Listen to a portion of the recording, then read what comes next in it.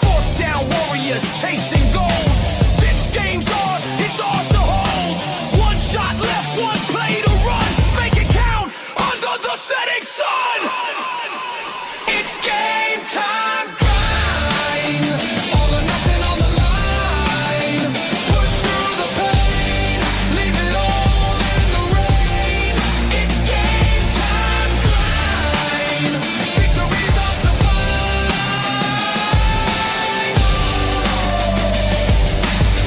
Victory's ours to find.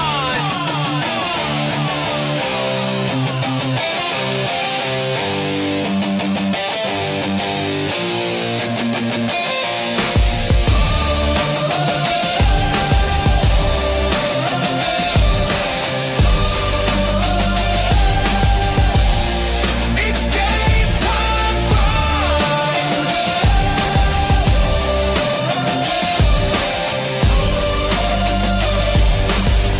Victory's ours to find.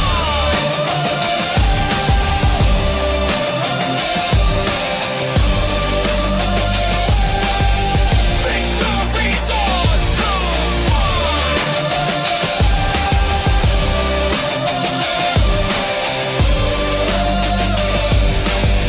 Victory's ours to find. We the heartbeat.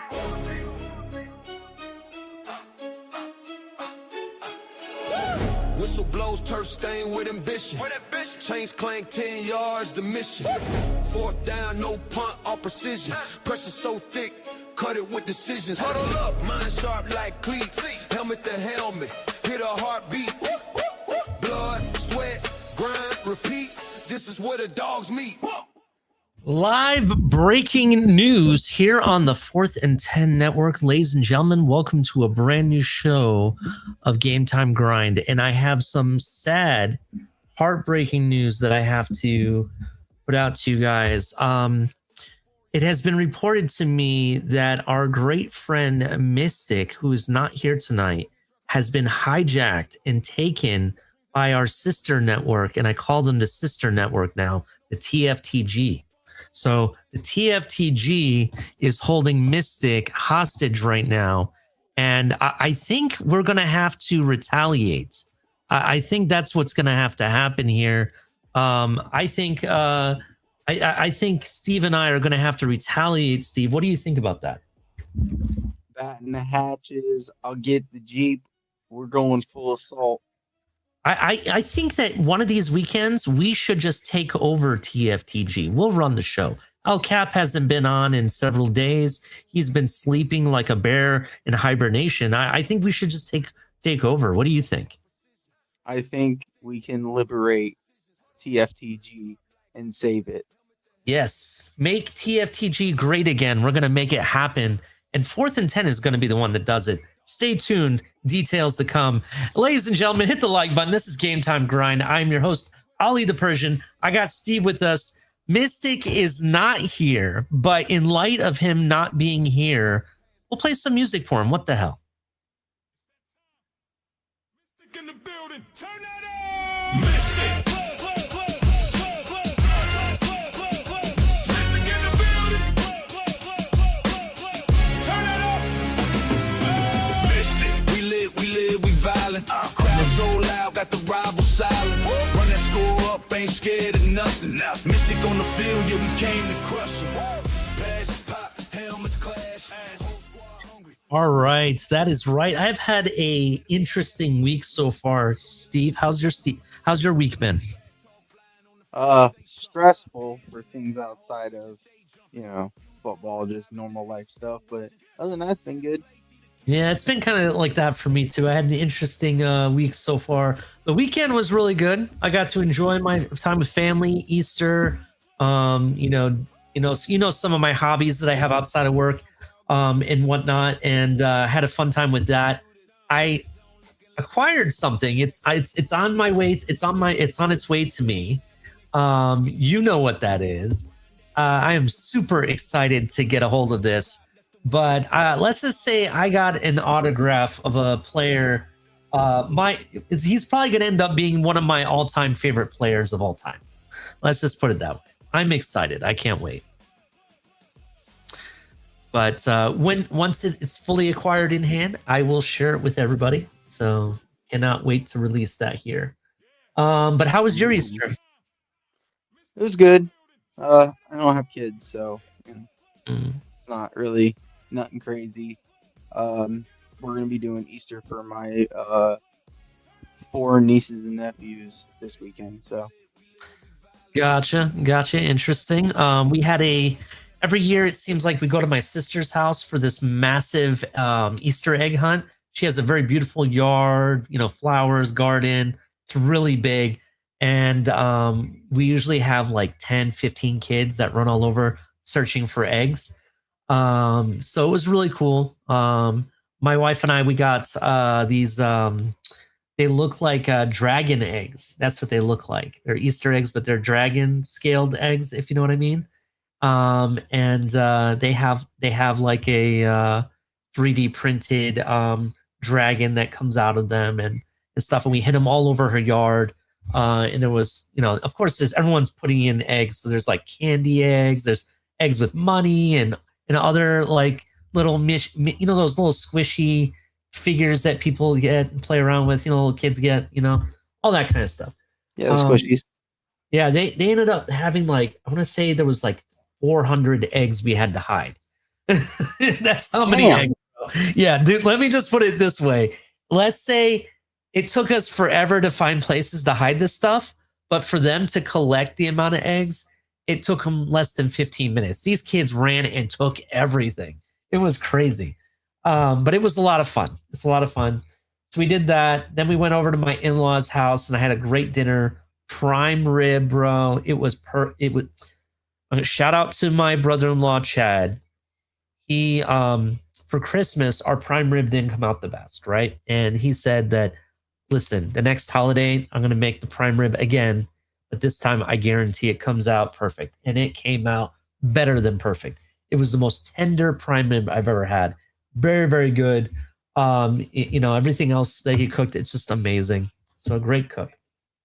But that is one thing we did do. We did kind of a dinner. It was more of just like an in-house family dinner. I got some steaks and had them dry brining all Saturday, and so Sunday I grilled them up. I think so good. Yeah, it was a great Easter. But yeah, a lot that happened this weekend. What else happened?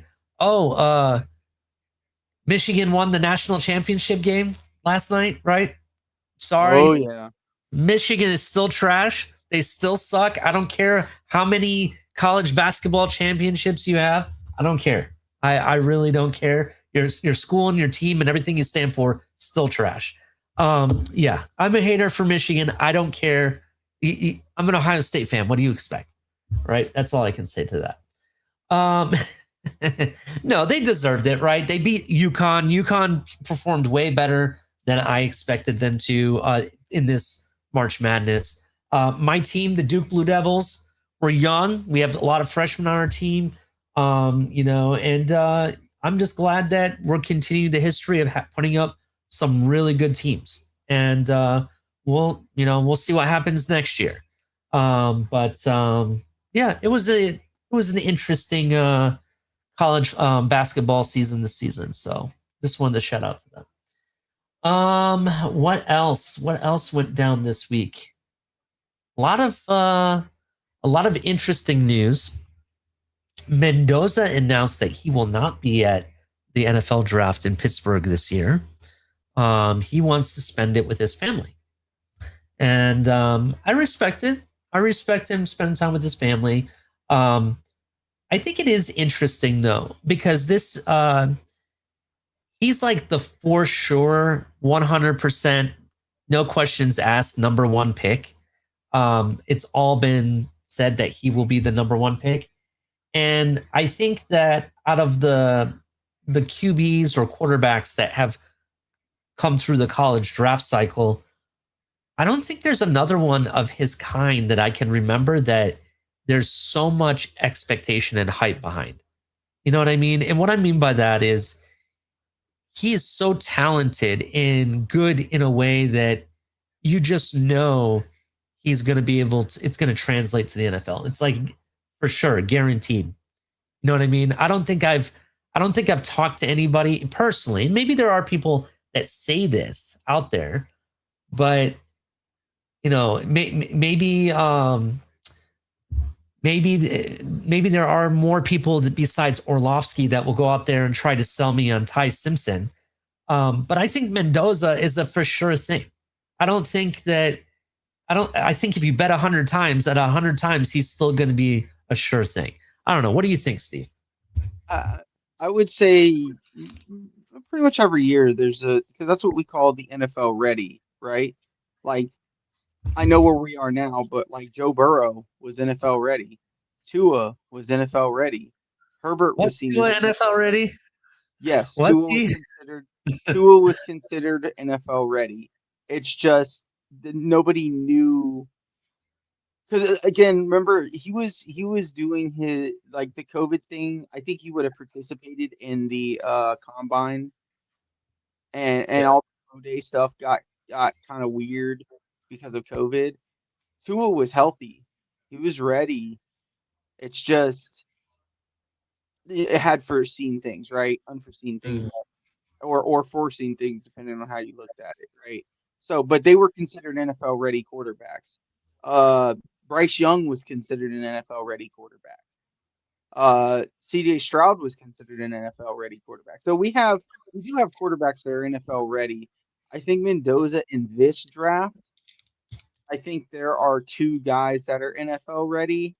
Mm-hmm. Would be him and probably Ty Simpson, only because, and shout out to the Blitz Pickup, Tony makes this point very often, and I have to agree with him that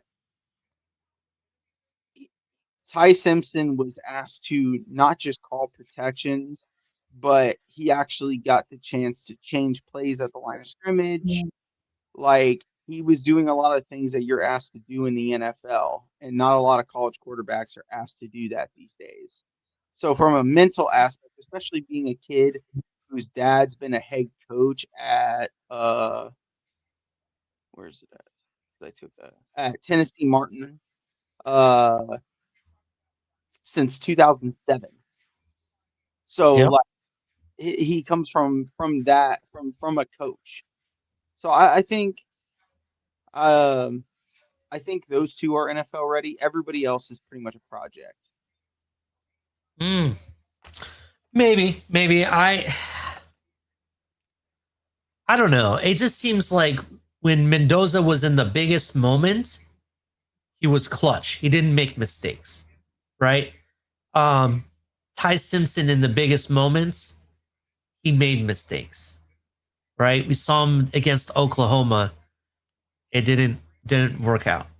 You saw him against who was it? Georgia. That definitely didn't work out, right? And I'll even argue that it didn't work out against Indiana either.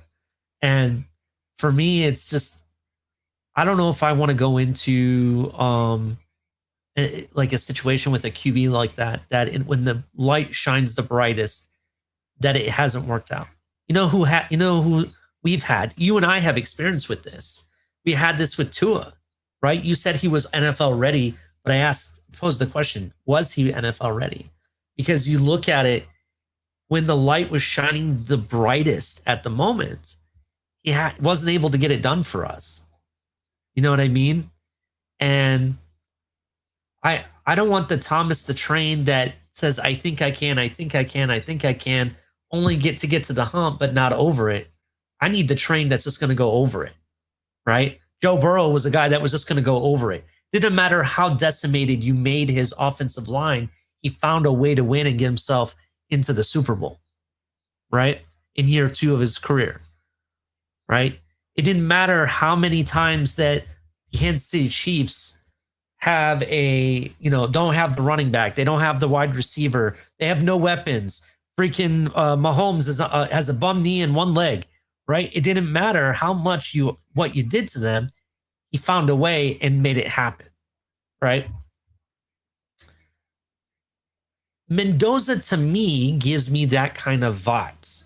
I think I know they signed Kirk Cousins, and I know this is a college football show, but we're talking NFL just for a moment.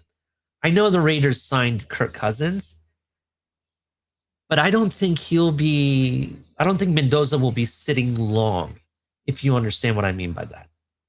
I think he'll come in quicker than what we expect, and he's going to get stuff done. That's the vibe he gives me. And regardless of what people say regarding, how quirky he is when he talks or whatever, the kid is really fucking smart. That's number one. And number two, I just think he's a pure competitor. You know what I mean? So those are just my thoughts about Mendoza. I don't know if you wanted to add to that at all, but I just found it interesting. This is the biggest moment. You only get drafted once in the NFL. Wouldn't you want to take your whole family to the draft? But if he wants to just spend it at home with family and relax, then so be it. It is what it is. I think he's the definition of clutch. Like, there are tangible things you can look at. And one of my stock up guys, we're going to talk about tangible stuff, right? The physical stuff, the height, the weight, the arm length, the arm strength, the mobility, all of that. And then there's the intangible things, the things you can't teach. You can't teach clutch. I don't care how hard you want to. You can't teach it. You just have it or you don't. That's one of those things, and he showed a lot during this season that Mendoza was clutch. Yeah. And that's something that's his superpower, to be honest. He's just clutch. When you need him the most, he got it. Yeah, and again, every quarterback, not even just quarterback, every player in the league is how do I want to say it? Every player in the league can have bad games. Sometimes they don't show up in the biggest games the whole game, and but there's a good phrase, and it's always something I've lived with when I'm looking at quarterbacks. Quarterbacks get paid on third downs and fourth quarters. Mendoza, they won that game because he was clutch. That defense was great, and he was clutch. He doesn't make the 3 completions as I see CCR keeps bringing up. Yes, it was 3 plays. And then the week before that, it was 12 plays. And the week before that, it was 8 plays. When it matters most. That's what NFL ready is. When those lights come on, what are you as a player? And when them lights come on, though he had a rough game, and honestly, I don't know if he would be a top pick in the 2020 draft or the 2020 was it the 24, 23 draft with Bo Nixon and all them, right? I don't know if he goes as high as, the top 5 in that draft. But in this draft, with what he's produced and what we've seen from him in a school that, mind you, yes, finally had a good season last year, was not undefeated without him at quarterback. And there's real questions if they're going to be good next year without him, because I like Hoover, but I don't know if he's going to be what Mendoza did. Well, we're going to find out. Yeah, we are definitely going to find out. I don't agree with CCR's comments here, talking about Mendoza playing 11 games this season against scrubs. Ohio State scrubs? Really? Alabama scrubs? Really? Even Miami is scrubs? Really? Oregon is scrubs? Really? You know what I mean? I just don't agree with it. And then you look at who he played against. He played over 20 games at the University of California as well. So it's not like this guy has only been playing 11 games and that's it. He was a one-year wonder. No, he just was at a different program and didn't get the spotlight he really deserved, right? And I personally, I think he is NFL ready. I think a lot of people are wrong on Mendoza. That's what I think. All right, let's get on with the show here. What other news do we have? There was the big thing that Donald Trump did. Do you want to talk about that? Yeah, so Definitely. Go ahead. Donald Trump put a executive order in place that got hung up with the what's the name for it? The Congress. Actually, that window closed. I am so sorry. It's okay. Pull up the exact information so I can give accurate information.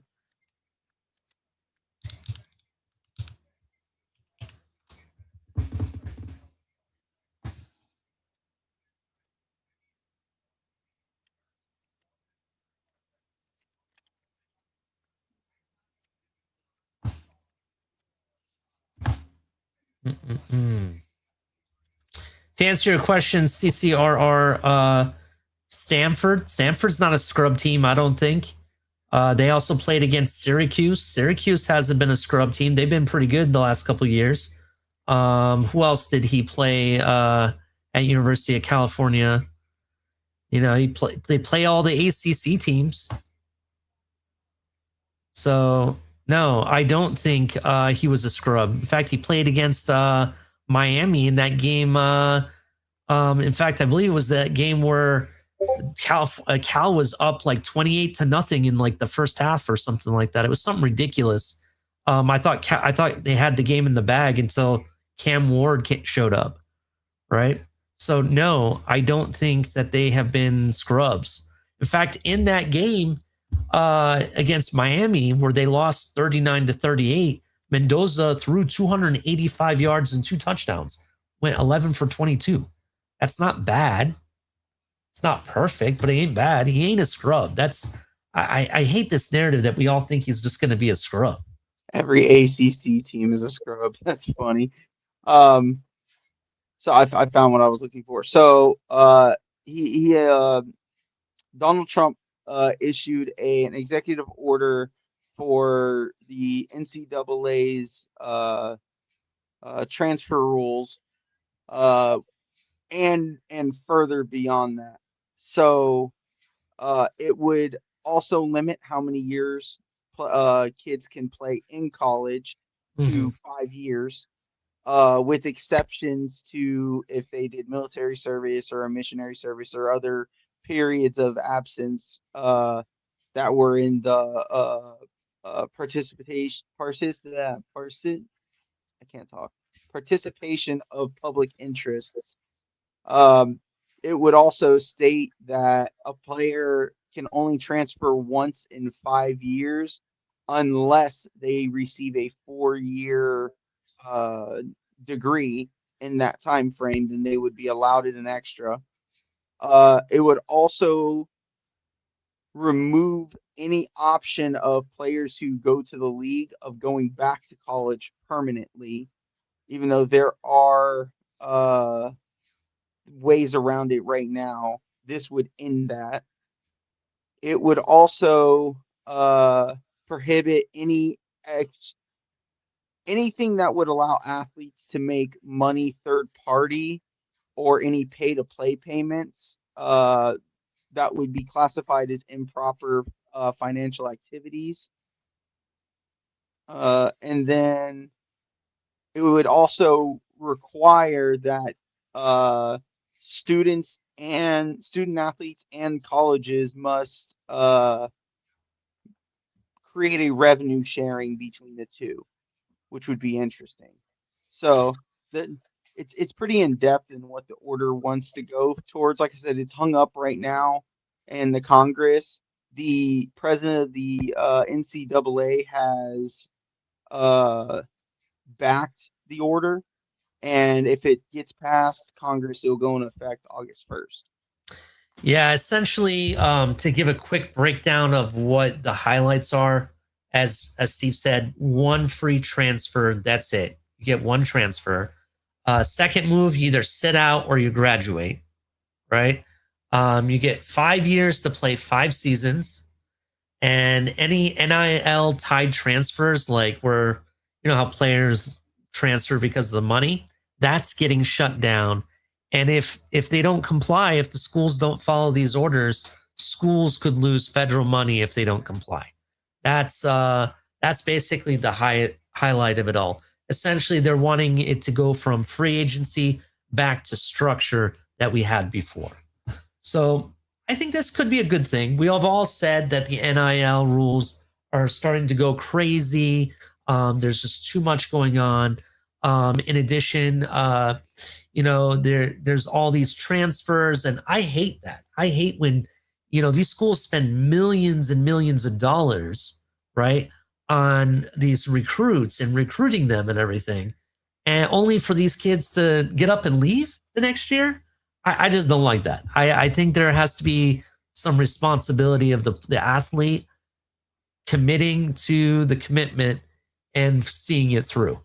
You know what I mean? I could understand it's the back end of your career in college. You want to go to a team because you really want to win, maybe set yourself up for the draft or something like that. Granted, okay, you could use your one free transfer for that. I just don't think that you should be able to transfer willy-nilly. What do you think, Steve? What do you think of the order? Do you agree with it? Do you think it's good for the game? What do you think? I mean, we kind of talked about this a little bit before. Like, I don't want to do anything that would take away from these kids being able to succeed. Like, there are some kids who go to a college because they were looked over when they were high school athletes, then turn around and transfer to a bigger school later, or have to take a couple schools to get to where they want to be. You know what I'm saying? So, and I agree with Tony. Coaches should be there. There needs to be a rule about coaches being able to go to a school and then turn around and immediately take another job too. Like, if we're going to do it to students, we need to do it to teachers. Oh Or yeah, it has to be coaches. all the way across the board. I agree with you. Did that Yeah, happen in this cycle, by the way? Did that happen? coach signing with his school and then going to another school. Yeah. I don't know, but it does happen all the time. They'll sign for like a year and then they're gone. Like, I absolutely agree with that point. Yeah, I agree with that point as well. I think the closest person that could have left, and there was a lot of rumor behind it, was the new LSU coach, Lane Kiffin. Lane Kiffin, when the Alabama job was going to be available, people thought it was going to be available. A lot of people said Lane Kiffin could jump on that Alabama job in a heartbeat because ultimately that's where he wanted to be. And it never happened. So I would agree for a situation like that. I would definitely put that type of rule in place. I do find it interesting, and I would like to know what they mean by, and this might just be me not being the smartest individual on the planet, but what they mean by revenue sharing. If they mean like actually sharing revenues, or if it's just like a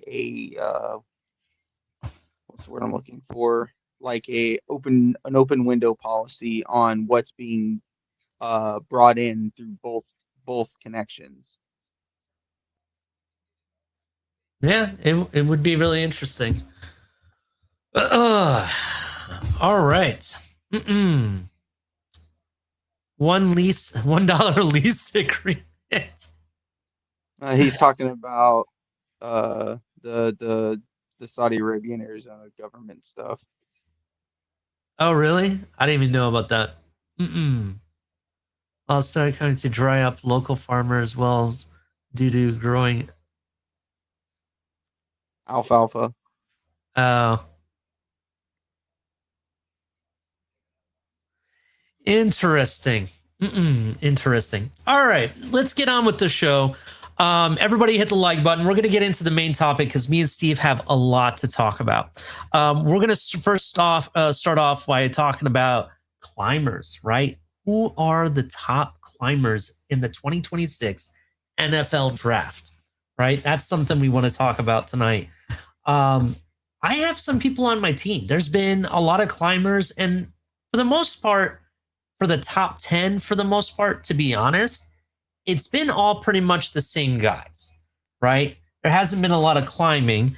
I will say, though, one guy that kind of out of nowhere climbed the most, to be honest, this season, I'm going to go ahead and start off with my first person, Arvell Reese, bro. This guy came out of nowhere, to be honest. You really look at him. I knew of him last season, but how fast and how quickly he blew up, took the stage as one of the top premier picks in this NFL draft kind of surprised me, especially for the fact that if you look at the later half in the season, like the last 3 games that Ohio State played, actually, I'll even go and say last 4 games, he didn't really show up a lot. He wasn't really like, you didn't see him pop on off the screen or anything as much as he was in the beginning of the season and everything. So I don't know how much is this legit him climbing the boards, or is it just inflation of the draft and based on, hype and everything. What do you think of Arvell Reese? The guy, I want to say Arvell Reese is arguably very talented, linebacker. Some people, I guess the biggest question is he more of an edge outside linebacker, or is he an inside middle linebacker, is really your biggest question. What do you think of Arvell Reese and him being one of the biggest climbers this season? Well, we kind of talked about this a few times. Like Arvell Reese, I think the league is doing him a disservice. He is a middle linebacker who can play edge, and that is how he should be drafted. But they did this with Jalen Walker last year, and they almost did this to the kid from Alabama too, where you show some upside on a specific thing because of the defense you were in, and they like shoehorn you out of the position that you should be playing into doing this thing. Arvell Reese is being talked about as an edge because he has elite measurables, including elite athleticism for a Yeah. guy his size, because he's almost the same size as Sonny Styles. I think he's like an inch shorter. I think he's 6'4", and Sonny is 6'5". Like they're about the same weight. He is Yeah. He's 6'4", 241 pounds. I want to say Sonny Styles is 6'5", 248. So that's the difference. Yeah, like it's literally just an inch. Yeah, so yeah. Now the mentality I think is different. I do think Sonny, though I was really drawn to Reese at first, Sonny really kind of grew on me and started to shine the more I watched Arvell Reese. So like I do think he might be better, but Arvell was used in such an NFL way of this blitzing edge rusher that they kind of shoehorned him into an edge rusher, and I don't know if that's the right spot for him. But he's definitely flying up. I mean, it's him or David Bailey. That's been the talk at number 2 for months. Yeah, that is you're absolutely right. David Bailey is a guy that is comparable. In addition, both of them, they've been swapping anywhere between the 3rd and 2nd pick to the Jets. People are saying either Arvell Reese or David Bailey is an option as well. I just noticed something. I was looking at Sonny Styles' measurables, right? Being the fact that he's 6'5", about 248 pounds, I think is what they count. They verified. Some people say it's 244.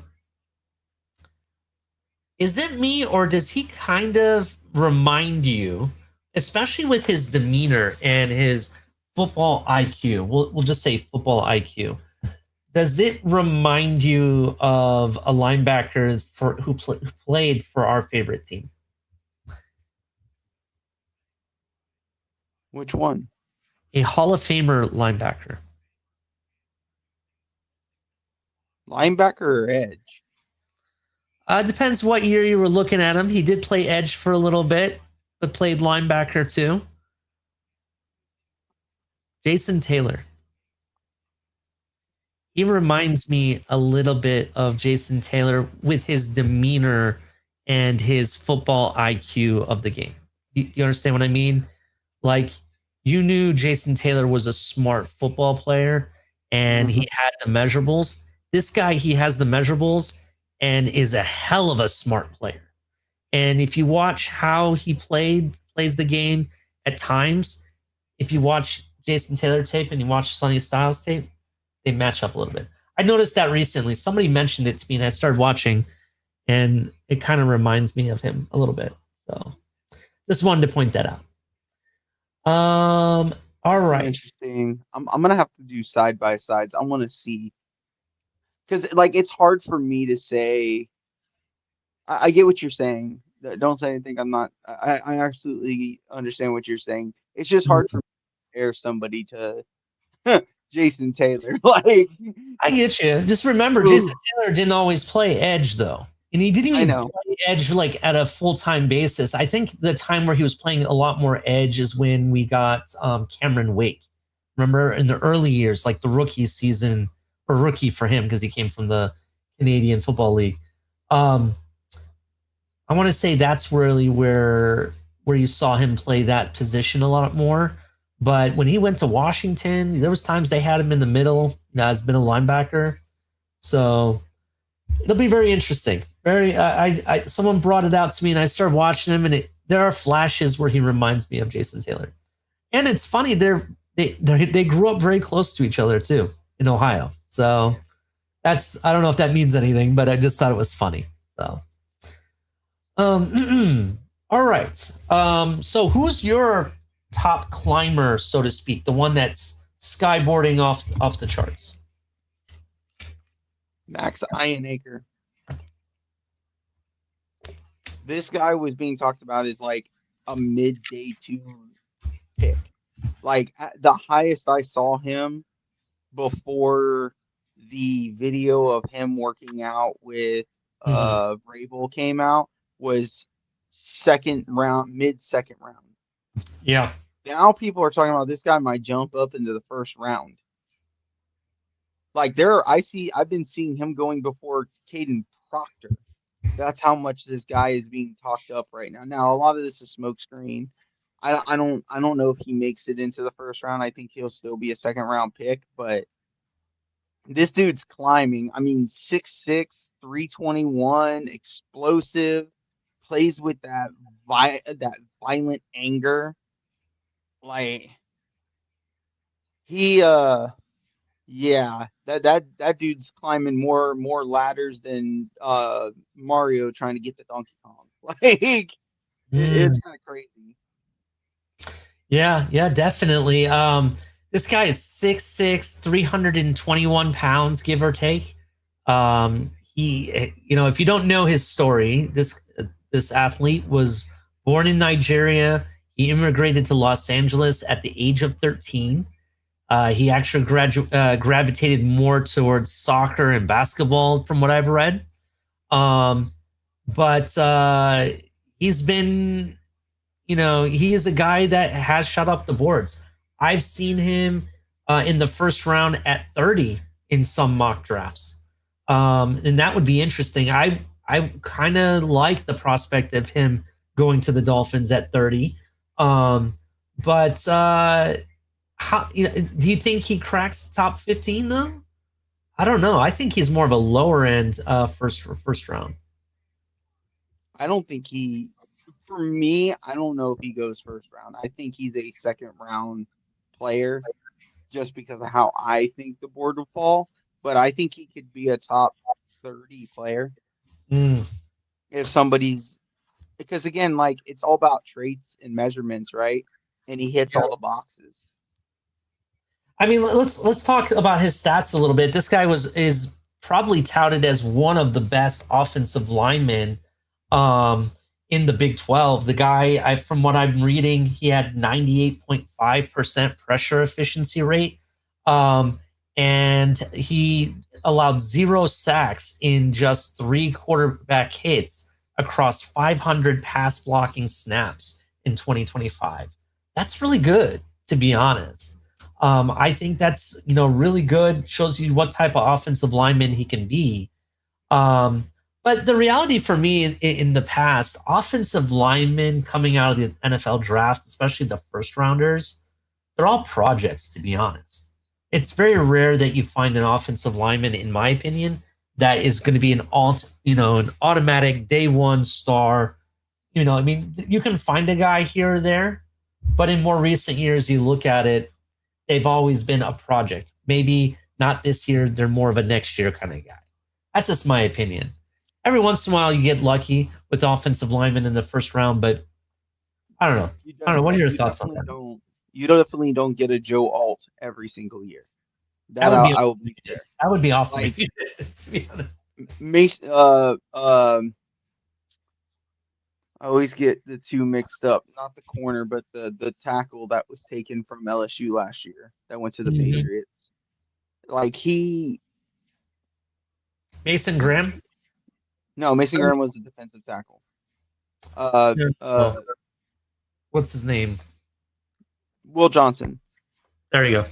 Will Campbell. Sorry, Will Campbell. Will Johnson was the corner. Will Campbell struggled at times this year, but that's also the rookie thing, right? Like, there are very few players I think come out and are like, yeah, boom, here we go. Like, you get a handful of them every year. Last year was the safety from Carolina. Like, you get those guys every once in a while, and I think there are a few of those guys this year. But like, a lot of these tackles take a year to get their footing and get used to NFL speed. Yeah, I agree. It was I definitely see what you're saying there. It's just really, the offensive line, college offensive lineman is an interesting factor, right? Because back in the day when you got offensive linemen out of college, these guys were big dudes, right? Big dudes, ready to bulldoze somebody, don't mind hurting somebody, blood and guts kind of guys. Then somewhere in the scheme or era of college football, it's been all about athleticism, right? Now you have offensive linemen are more athletes than they are just big bulldozers, right? They run faster, they're more lean rather than bigger. It's just an interesting change to the college game when it comes to certain positions. And that's how the game evolves, obviously. But does it always does it translate to the NFL is my question. And that's why I hate taking offensive linemen in the first round. I'll take a guard or an offensive tackle in the second round, no problem. First round offensive lineman, I just don't like it. I mean, even in our team, we'll look at our team. We took Patrick Paul in the second round. Everybody was like, who's that? And he had a hell of a season this season. You know what I mean? He played like an all pro, to be honest. Speaking of which, think of having Patrick Paul and Max Eichenhaker. How do you say his name? I'm sorry. Eichenhaker. Imagine having both those guys on your offensive line. You could call them the Nigerian brothers, bro. And it would be awesome, to be honest. I get that, but Francis Mauigo is going to be a day one starter anywhere he goes. And if he's there at 11, I'm running to the podium, knocking the podium over, jumping on Roger Goodell's back and screaming for the heavens that I want him. I hope he's a day one starter. I hope. So, all right. And I don't mean to hate on Francis Mauigo. I mean, a lot of people might think I'm doing that. I'm not. I'm not doing that at all. I just I don't have faith in offensive linemen in the first round. I just don't. You look at offensive lines, a lot of them. you look at a lot of them, and some of these guys were drafted in the second, third round, right? You don't need to have a first round offensive line, for at every position to be successful in the NFL. You don't have to do that. So we'll see. We'll see what happens. My next guy, and this is a guy that I know you, Steve, used to bang the table for. Because I remember you talking about him a lot. Malachi Lemon. Malachi Lemon is climbing the boards, but I personally don't know if I have faith in Malachi Lemon. I don't think he's the guy that everyone else thinks he is. Now, unlike popular belief, they awarded him the Bolinkinoff award as the nation's best receiver. Sorry, I still think Jeremiah Smith deserved it, but that's just me. He has elite route running and insane football IQ. Okay. But he didn't really show up he didn't work out at the combine. I don't think he ran the 40 there. And he ran the 40 at his pro day. And from my understanding, it was a horrible 40. Is he really that good? Or is he really kind of like this year's Jarvis Landry? Doesn't really have the speed, can catch hell of a ball, and he's a competitor. What do you think? Where do you think he is? Do you think he's deserving of being one of these high climbers in the draft? I do think he is a good receiver, and if you reel and watch him, he gets a lot of yak, right? He's tough to tackle. Like, he's gonna produce. I do think he's a first round wide receiver. It's just when you're 5'10" and you're running a 4.5, everything else has to be on point. Like, that's why Amon-Ra, one of the reasons why Amon-Ra St. Brown went so late, right? Didn't have the greatest 40, wasn't the most explosive player. Got to the league, turned out to be one of the most explosive players in the league. But he was a fourth round pick. Let me ask you this. They say that Malachi Lemon is a plug-in player, wide receiver 1 or wide receiver 2, is what they're saying. Okay. My question to you is, and we're using our team a lot because this is who we have to reference. Okay. Who's better, Malachi Lemon or Jalen Waddle? Jalen Waddle. And it's not even close. Then he's never going to be a wide receiver number 1. He's a wide receiver number 2. At the very most. At the very most. But that depends on how you see Waddle. Like, you're asking me, and I'm going to make this as clear as possible to everybody. I am a massive Waddle fan. I am the guy who argues that we held that man back from being what he could be. So when you're asking me that, it's kind of like there's a little bit of my bias in there, and I'll be honest about that, right? Okay. Fair enough. For me, I thought Waddle, and I banged the table. I wanted Waddle during the 2021 draft over Devontae Smith. I didn't give a damn about his ankle. I thought he was more explosive, and that's what he turned out. When he had his chances, he was more explosive than Devontae Smith. So, I guess, like, I have to admit, since you admitted you're a big, huge Waddle fan, I'm a big, huge Waddle fan too. I like Waddle. I've always liked Waddle. The only thing I've held critical to him is that in big moments, he had some of the biggest drops. And people like to say that, he has horrible hands. I don't think he has horrible hands. I think he loses concentration at certain points. He gets ahead of himself. And he trips over himself, essentially, is what I'm trying to say. And for me, I've watched the tape of Malachi Lemon. I think Waddle's better.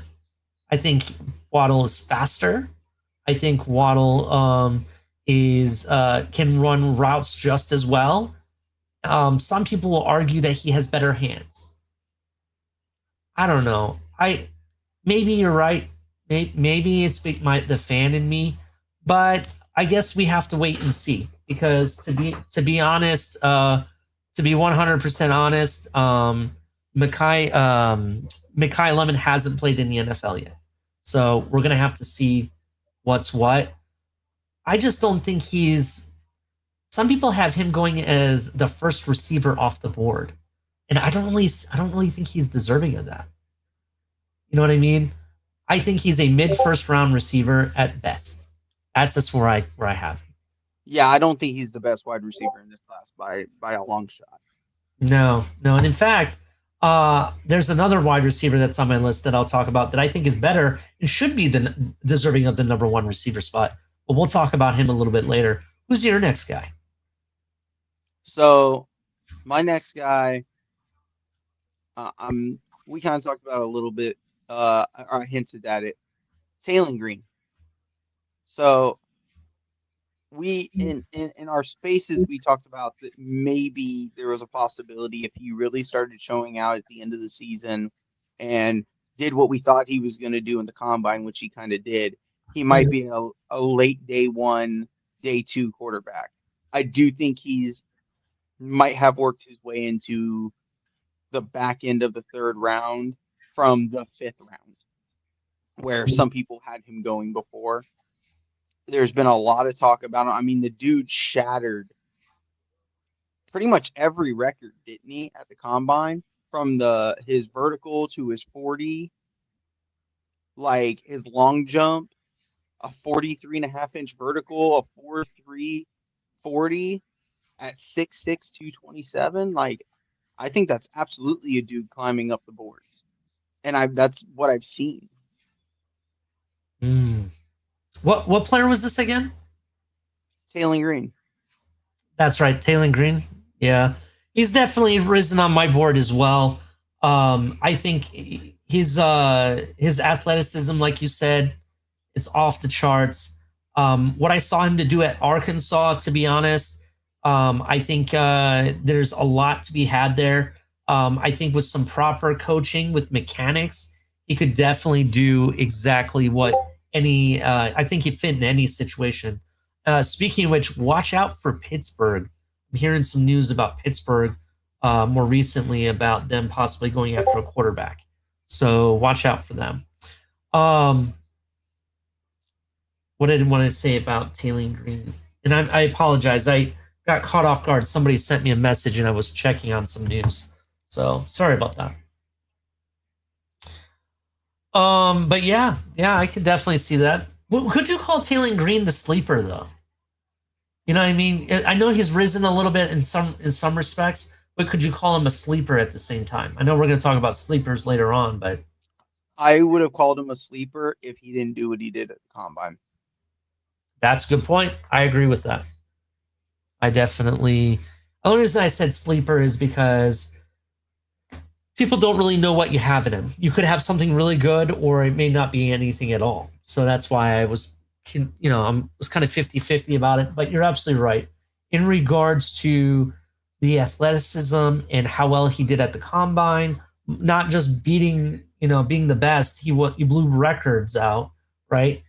I definitely think he's worth it, to be honest. Let's see. Let me pull up the next guy I have. The next guy I have on my list is Omar Cooper Jr., wide receiver out of Indiana. He is quietly went from fringe first round player to now this guy is being touted as a definite mid first round player, wide receiver. The guy is 199 pounds, 6 foot, consistently good, has really, really good hands. What else can I say about Omar Cooper? From what I've read, teams love this guy. They love his size, his consistency, everything about the guy. He was pretty much Mendoza's go-to receiver. He has outstanding ball skills, improved focus and availability in 2025 after well-documented maturity concerns, right? That was an issue. And in 2025, he proved he can do what he needed to do. Runs hard after the catch, natural feel for finding soft spots on the field. Everything you'd want out of a wide receiver.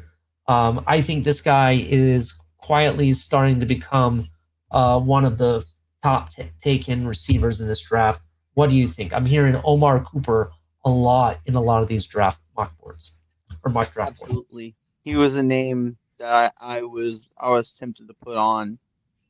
This is another second round wide receiver who's been slowly, almost like he's been on the rope, right, getting dragged to the first round. You mentioned Jarvis Landry earlier. He reminds me a lot of Jarvis Landry. Physical, hard to tackle. The first guy is not bringing him down generally. Mm. Getting yards after the catch. Smart, understands zone defense. Like he was an absolute weapon for Mendoza. Like everybody talks about Surratt, and it's like nobody was looking at Omar Cooper. I think he's absolutely on the climb. Again, this is a guy that up till the national championship was being talked around a third round pick, and now he's being talked about up, maybe even being taken before Denzel Boston.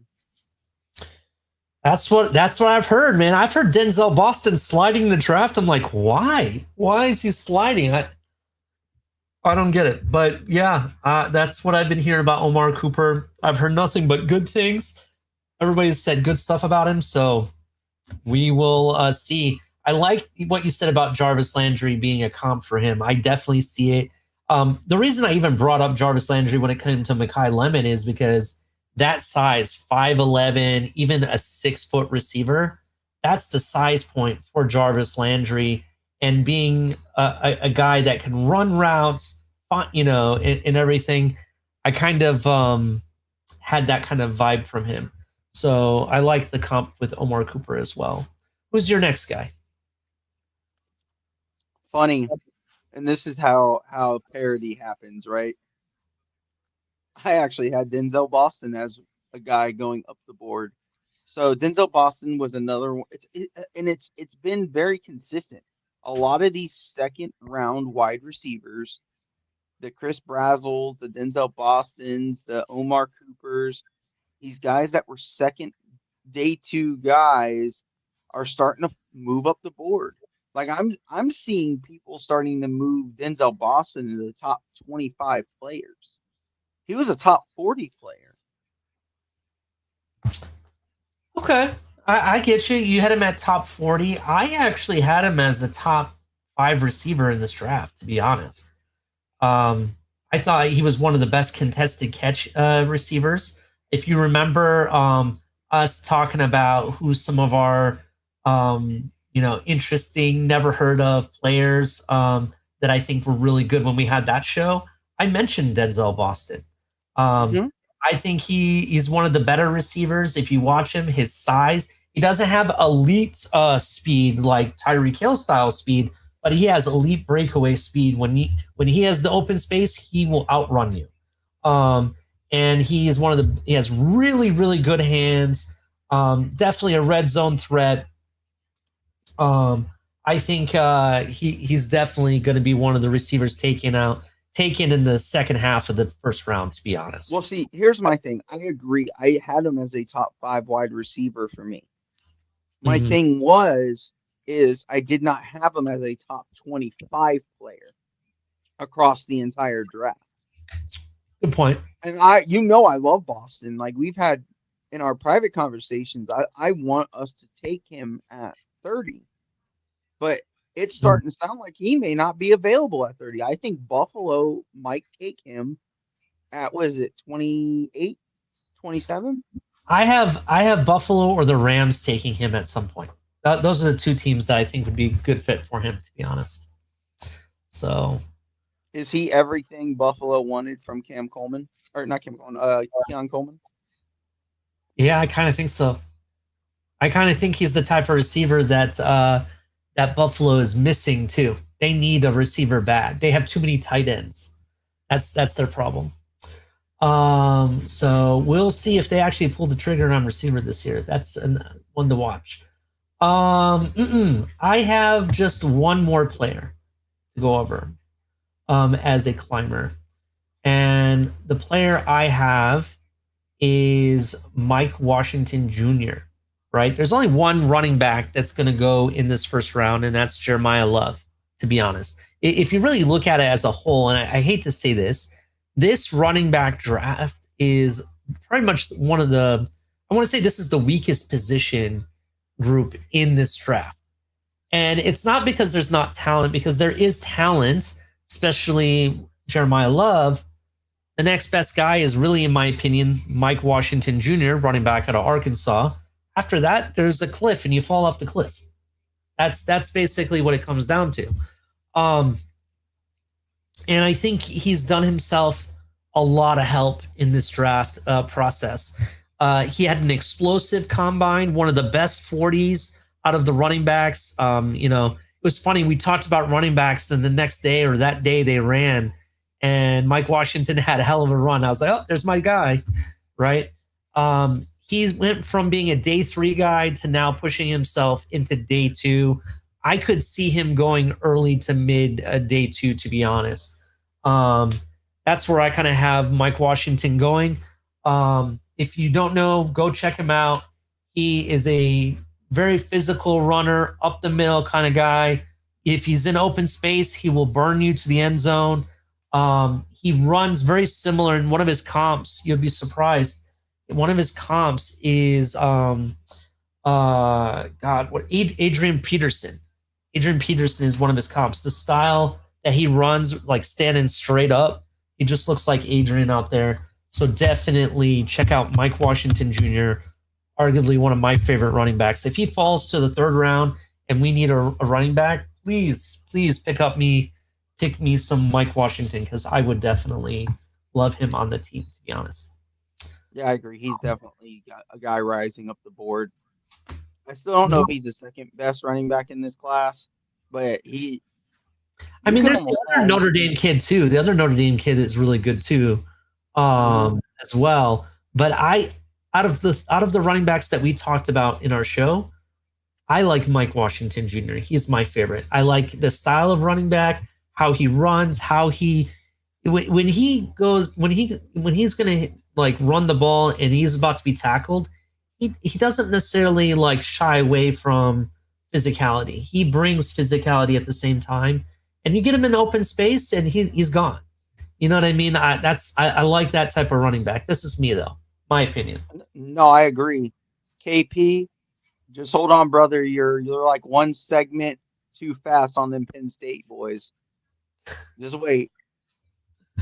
I have a hot take on the Penn State boys too, but go ahead.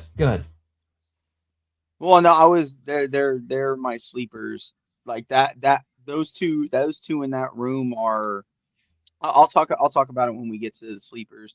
I had one more stock up guy, and Go ahead. he may not even be considered a stock up guy, but I'll explain why I have him there. Landon Robinson, the defensive tackle.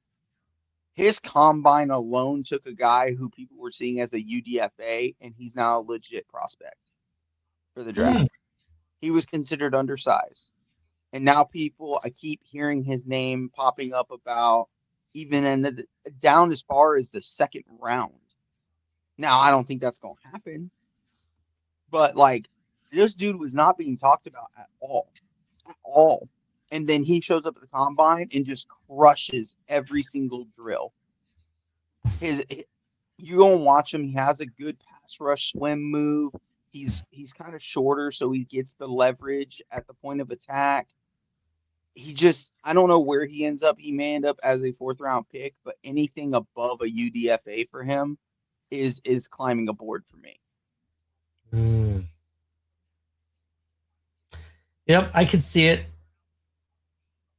I could definitely see that. It's going to be very, very interesting with some of these players. There's some players that I thought would be drafted that could definitely end up being a UDFA. So we shall see what happens, though. Any honorable mentions for climbing up the board besides that one? Ty Simpson. Yeah, I kind of agree with that.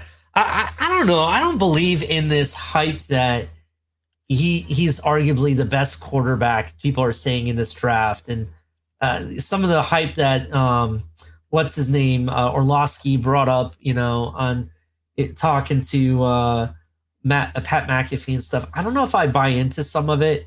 It is very interesting though, and it'll be really interesting where he slides, if he does slide, and where he goes. Because I just don't think he's going to go in the top 10 of this draft. Some people have him in the top 10. I just don't think he will though.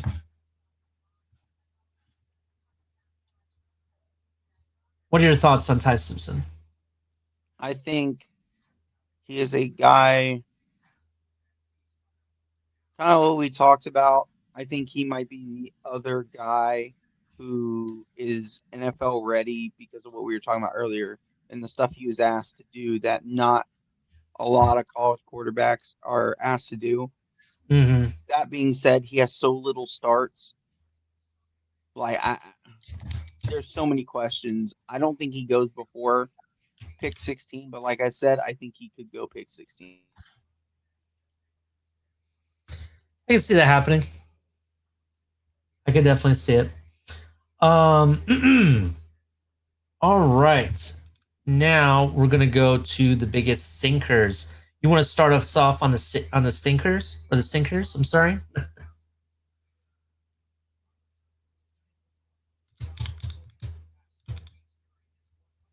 Uh,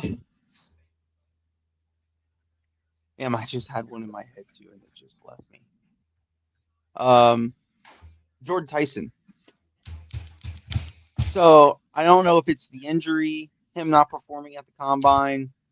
I don't think he even did his pro day, correct? Um, no, I think he was there. Like he talked and stuff and did immeasurables, but I don't think he worked out or anything. Yeah, I just keep seeing him falling more and more. And then I saw a thing today that they were talking about Jordan Tyson may not even be a top 20 player anymore or a top 30 player anymore. That's crazy to me because healthy, I think he's the best wide receiver in this class. See, I've heard a little bit different. I've heard that he's still gonna be a top 12 kind of guy. That's what I've heard. I haven't heard like it's very hard, even with the injuries, right? It is very, very hard for me to see that him drop out of the top 12, to be honest. If he does, then it's wow. That would be massive, to be honest. But I'll even argue that I think he definitely is a top 10 talent. He's physical, versatile. Um, you know, he has the speed when healthy, and he also I'll argue that he's the top contested catcher. He has some of the best hands. I've seen him catch stuff that he shouldn't have caught. You know what I mean? So for me, he's arguably the best receiver in this draft. I just don't see him dropping out of the top 12, to be honest. It's the injury history. It's the lengthy injury history. This smells like Will Johnson all over again. And it's funny because they're both from Arizona. I can see that. Yeah, I can definitely see that. Yeah, my biggest sinker or faller, whatever you want to call it, and this one hurt because he definitely has talent, and I thought he would be one of the top 3 offensive linemen off the board. Spencer Fanu. He has elite athleticism, but really short arms and inconsistency. He's inconsistent. A lot of people are asking, is he a tackle? Is he a center? They don't know. It kind of, I hate to say this because I'm going to use this as a comp. It's kind of making me get Liam Eichenberg vibes, if you understand what I mean by that. He was touted as one of the top offensive line talent in this draft, but having short arms and not being consistent, that's some of the stuff that they said about Liam Eichenberg after we drafted him.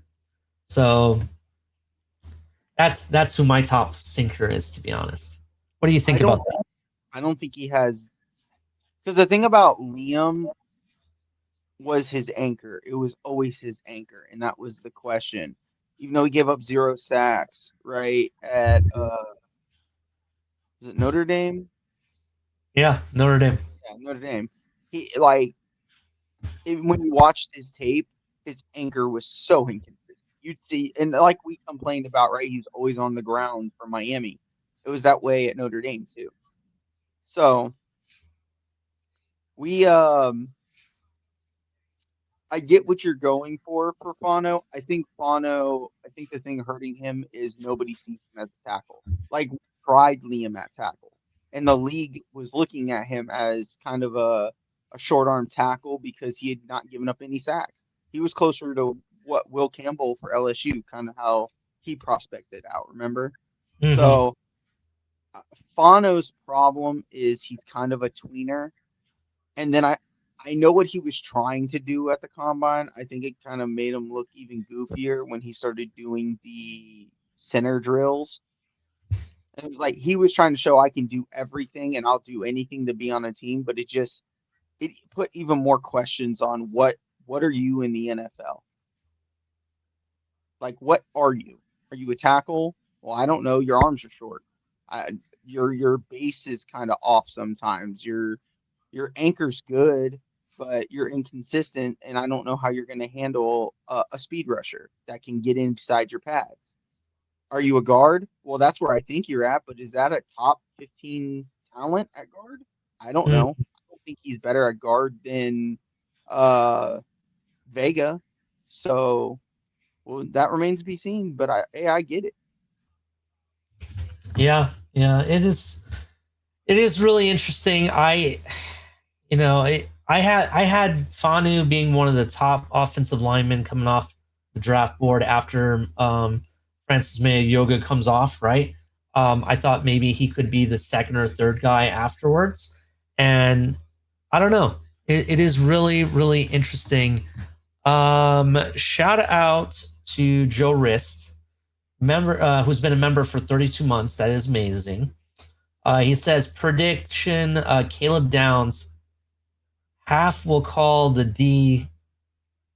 What? He's going to call our defense through the safeties. Oh, okay.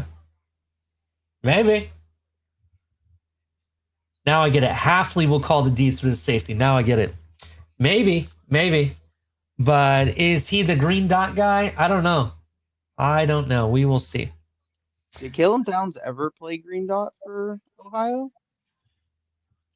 I don't think so. I think it's always been Sunny. I think it's been Sonny Styles mostly. Let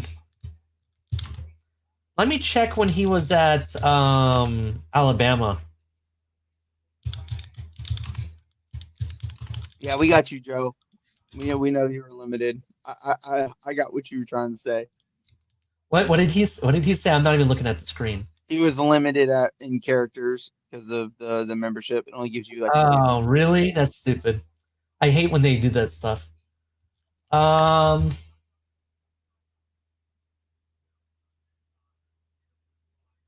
Yes, he was at Alabama. Reports indicate that Downs was the youngest player ever to wear the green dot communication helmet for Alabama. Well, there you go. Freshman. Add that to his generational talent. I don't want to get into that argument. I'm not getting into it. I should have known that, and I should have put that on the table before, but I'm not getting into it now. But that's another check mark we can add to the list, Steve. Add another check mark.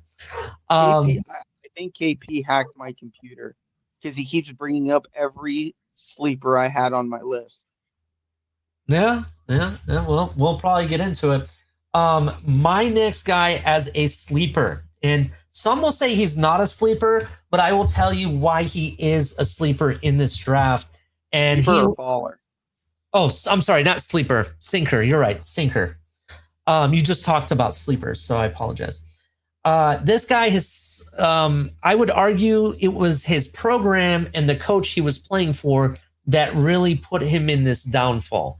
Because if he would have played for like a team like an Ohio State offense, or even let's say went down to Miami or maybe some of these other schools, I think we would be singing a different tune at this point. Drew Aller, in my opinion, is Unfortunately, one of the biggest sinkers. And he had an interesting, very interesting combine, right? You saw the video footage of him throwing the ball, one of the best, beautiful balls you'll ever see being thrown. The receiver had issues catching it, not because the ball couldn't get there. It's because he was just throwing it so damn far down the field, to be honest. He has one of the biggest arms, biggest frames. Some people call him the little Josh Allen. But his biggest issue throughout the season was inconsistent decision making. And that was his issue at Penn State, even the year prior when he played in a semifinal game against Notre Dame. That was an issue. That was an issue with Penn State when they were playing for a Big Ten championship game. It came down to his inconsistent decision making. And the reality is it his fault or is it the coaches around you? You and I, in both Mystic, and I've had this conversation with others, that Coach Franklin really isn't a guy that develops true, absolute true NFL talent. He recruits a hell of a talent, puts them together, but doesn't really put them in a situation that they can truly put out and show their talent for really what it is. So this guy, the only reason I feel he's falling, granted he had a horrible senior season, having the ankle injury, if you really want to call it that, but I think that the team was just so bad, it didn't matter who was there, it was going to be bad. But with that happening and then him deciding, I'll have surgery on my ankle because there's some stuff that had to be cleaned up anyways. I just think that there's a lot of talent and a lot to be had here with Drew Aller. So this is the only reason he's falling. It's because of the system he was put in. He got handed a really bad hand or dealt a really bad hand, and that's what it comes down to. I think in the right system with the right coach, right, and someone to coach on, some of those things out of him, I think he's going to be a hell of a player. What I'm trying to say is his issues is not something you can't coach. It's something you can definitely coach him out of, and he just needs to be put with the right people. What do you think? So I love Drew Aller. If you were making a quarterback in the lab, it was Drew Aller. He's not the athlete. He's not a Lamar Jackson athlete, but he sure as hell is a Josh Allen athlete. I don't care what nobody says. I don't know what y'all are watching. If anybody says he's not at least a Josh Allen athlete, I don't get it. He has a great arm. His decision making is 100% at question. I do think coaching has a lot to do with that because he was such a good athlete and had such a strong arm in high school. He got away with playing that backyard style football, and that's what he does. Think about Josh Allen. What was Josh Allen coming out, right? Decision making, mechanics, backyard football player. I think Drew Aller's a more polished player than Josh Allen was when he came out. So I hate and love the fact that I have to agree that his stock is falling, but I love it because let him be there with my 4th round pick. Please. Hey, I'm okay with drafting him with our last 3rd round pick because we got 3 of them. So I would take him with the last 3rd round or our 4th round pick, to be honest. I think ultimately, I think he would be a hell of a QB to have in your room. A guy that you could develop for a year. But even if you had to put him in at the end of your season, let's say you're not having the best of the season and you want to just have him play out the rest of the season, I'd feel comfortable with it. He has a cannon of an arm. He can run and get you that first down when you need it. And like you said, you called it Josh Allen type of athleticism. I agree with it 100%. And like I said, you get him the right QB coach, the right guy to support him, he will end up being a much better talent than what you expected. I'm going to go ahead and say this. Watch out for Pittsburgh with Drew Aller as well. That makes a lot of sense. Being the hometown kind of guy, you know what I mean? That'd be a team to watch in this draft that's looking for a QB. So anyways, Who's your next guy? So I was thinking about talking about a certain short-armed edge player that has been. I'm just going to be honest. Like, I saw a report today that people were talking about he might fall out of the top 20 players. I don't know if that's going to happen, but for the sake of what's been being said about him, you have to put him in the falling position. Ruben Bain is falling. Rather you think his arms are too short, rather you don't think he's a good enough athlete, rather you don't, whatever it is, teams are looking away from Ruben Bain. They're talking about taking Arvell Reese, who is not an edge, in front of him. They are talking about taking a guy who has a single year of production in David Bailey over him. I've seen people taking the 6'6" edge, Zion Young over him. Mm. That is insane to me. Ruben Bain is my falling prospect. It is. I get it. I get the measurables, but he's a good enough athlete. He just chose not to work out. I understand the questions, but I don't get why people are acting as if this guy isn't a dominant run stopper and has all the pressure in the world as a pass rusher. I don't get why he's falling out of the top 20 these days. That's crazy to me. Yeah, it is very interesting. I mean, look, I will be fair. I'm not going to be a hater here. I'm going to be fair about Ruben Bain. I don't think he drops out of the top 15, to be honest. I don't. I still think the Saints is a destination for him, to be honest.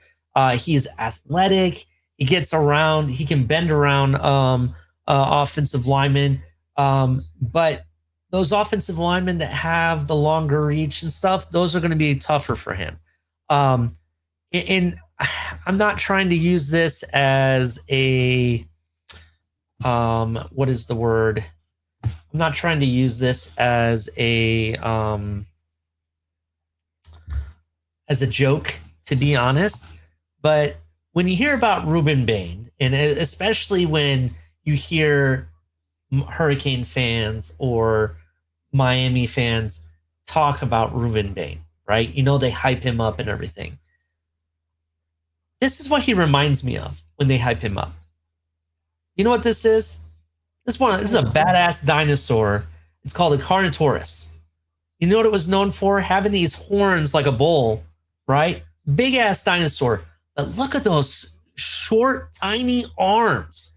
Those are the most tiny. You're talking about a predator like this being a bull and having the smallest arms ever. That's Ruben Bain. That's the meme that's going around the NFL today, and that's why Ruben Bain is falling. But will he fall? I don't know. I still think that the Saints, like, I don't see him getting past the Saints. I just don't. I think that when we were talking about where players could go, that's the one team that I'm really sold on that I think Ruben Bain is going to be going there, to be honest. To be honest with you, go ahead. I think Arvell Reese and David Bailey are smoke screens. I think the Jets are going to take him number 2. He's going to go as high as number 2? Are you serious? Bro, yes. If that happens, I don't think we'll ever hear the end of it. We've hated Ruben Bain so much on here. Oh, bro. All right, look, like I said, I was being fair before I'll be fair again. If that happens, it happens, right? It's a crapshoot. The Jets could definitely make this type of decision because it's a Jets move, right? We all know this. But the reality is this. The reality for me is that if you really look at it, Ruben Bain is this Carnotaurus, right? Bullheaded, really can come at you like a freaking dinosaur, but he has short-ass arms. And that is a problem in today's NFL. You're going to get locked up, and you're going to have to show certain quickness and athleticism and some moves to spin out of it. That's basically what's going to happen. Can he do it consistently at the NFL level? That's the question. We saw him do it against teams like Pittsburgh, where he threw. It looked like he was throwing 12-year-olds around, to be honest, because that's what it looked like, right? Can he do that in the NFL where he's playing against other giants on different teams? I don't know. We're about to find out. But that's the beauty of the NFL. This whole thing is a gamble. So we will see what happens. If he gets drafted to the number 2 overall, that's awesome. Awesome for him. More of a payday, right? Will he be worth it? That's the big question. So,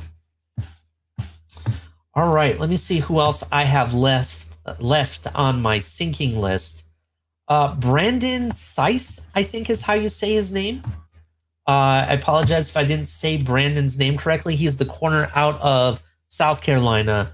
Good player, but I think the league is a little bit nitpicking. He's undersized. There's some durability questions from what I understand. He's he's 6 foot, 189 pounds. He has 8.5-inch hands. His arm length is only 30 inches, or 30 3/4. I'm sorry. And he runs a 440, which is not bad. A 4.4 is not bad at all, to be 100% honest.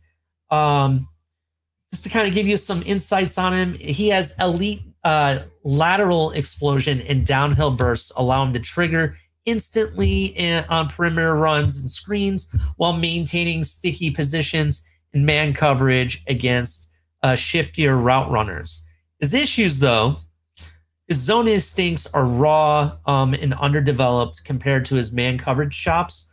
When asked to monitor multiple receivers or process post-snap reads, he has issues with that. He also overreacts on route fakes, has grabby tendencies, and he has really issues with tackling, and his consistency at tackling is an issue for him. And there's also injury history concerns as well. So I think they're kind of nitpicking, but I like the player. Just unfortunately, he's sinking right now. So can he be something in the NFL? Probably, maybe. We'll see. What do you think about Brandon Seiss? I apologize if I don't say his name correctly. I've never been able to pronounce it, so sorry. CCRR is saying Cisse. Cisse? Okay. Brandon Cisse. Sorry. So he's an athlete. Yeah, he's an athlete. That's how I felt. That's it. That's all he is. He's an athlete. Yeah. Okay, coverage. He struggles in press. He can get tricked in coverage. I never saw the instincts from him. Like, you have to have instincts. And I'll talk about one of my sleepers later. Like, it's instincts. Like, Xavier Watts last year at safety, me and Rashad argued about this kid because Rashad was like, oh, he's just lucky. He's the most lucky player I've ever seen. He just happens to be there when the ball gets popped in the air. I'm like, no, that's instinct. He knows where he needs to be. He's around the ball. You know who's also like that? Andrew Eagle. Instinct. He's not the best athlete. He's not the biggest guy. He's not the smallest guy, but he's not the biggest guy. But he has instinct. The pick 6 against Washington. That was instinctual. Yes, Fangio pointed it out.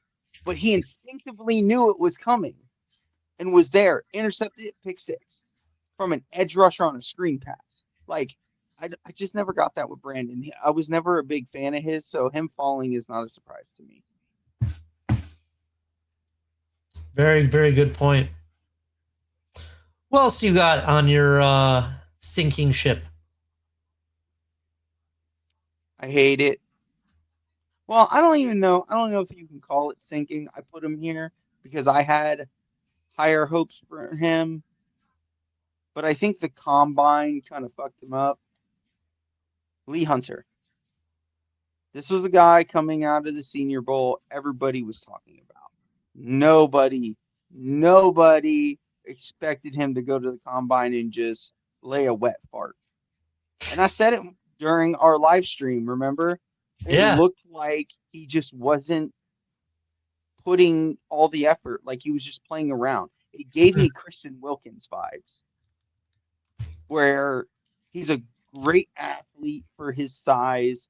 He's a very powerful player, He's a dog when he wants to be, but then he also just fucks around too much.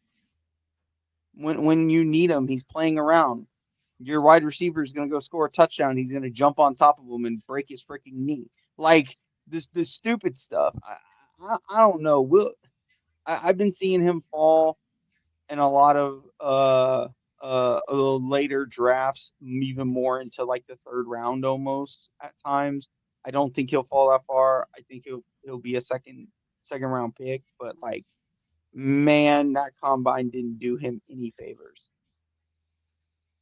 Yeah, yeah. I mean, look, I even said it to you. I think he was one of my top guys list. I said the guy wins at point of attack with violent hands, thick power base, 6'9" wingspan, gap integrity, wraps up finishes near the line of scrimmage. All this stuff, great, right? And he went into the combine, and like you said, it was quieter than a wet fart, to be honest.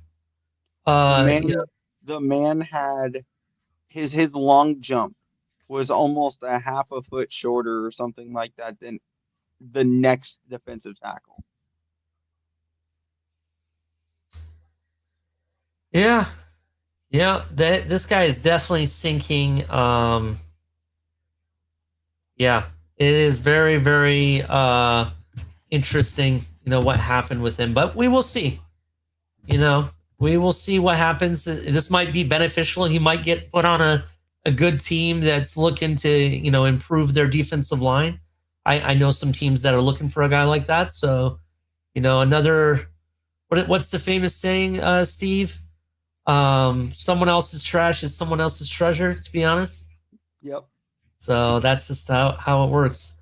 I have one more, I don't want to call it player, but I'm going to throw it out there as that's sinking with the ship.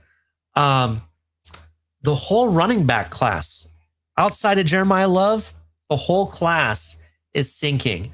The next running back after Jeremiah Love is really not projected to go anywhere until day 2 or day 3.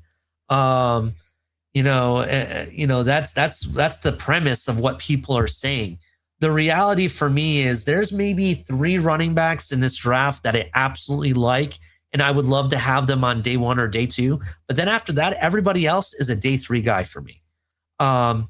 It's very, very interesting how exciting this running back draft has been compared to other years. Yeah, there's Jeremiah Love, but you look at last year, there was Omarion Hampton, there was Genty, there was both Ohio State running backs, right?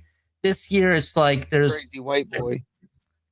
Yeah, and now there's Jeremiah Love, and then there's not anybody to maybe day 2 or maybe even day 3, right? I only can count 3 guys that I really like at running back. Maybe a 4th guy, but even then, I don't think he's a first round talent that I like. So the whole running back class is sinking to me. What do you think? I agree. Just to get past it too, and then we can cycle on to whatever we want. I would put the entire tight end room along with that. It's like Kenyon Sadiq, and then we're talking about making a guy a wide receiver, maybe Eli Stowers.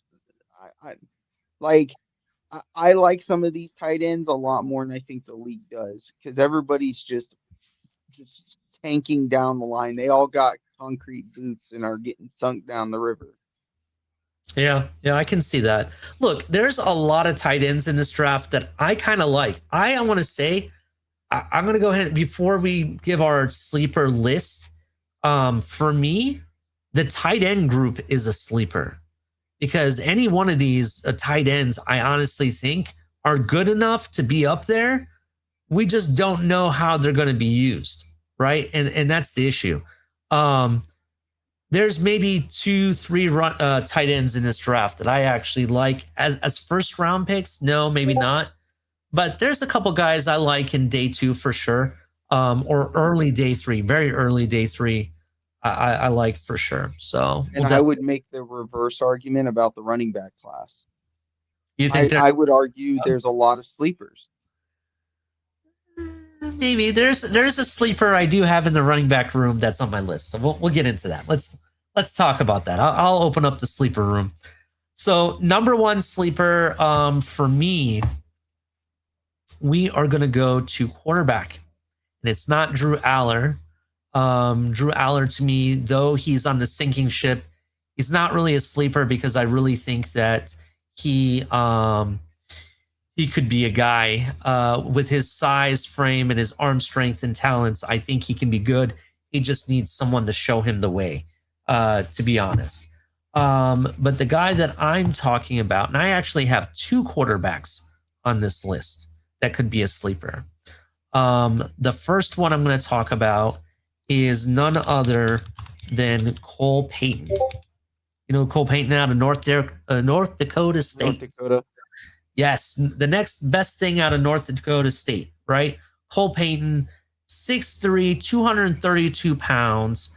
Just to kind of give you some insight, built like a prototypical NFL at 232 pounds with broad shoulders, thick lower half, and absorbs contact and keeps him upright in the pocket on designed runs.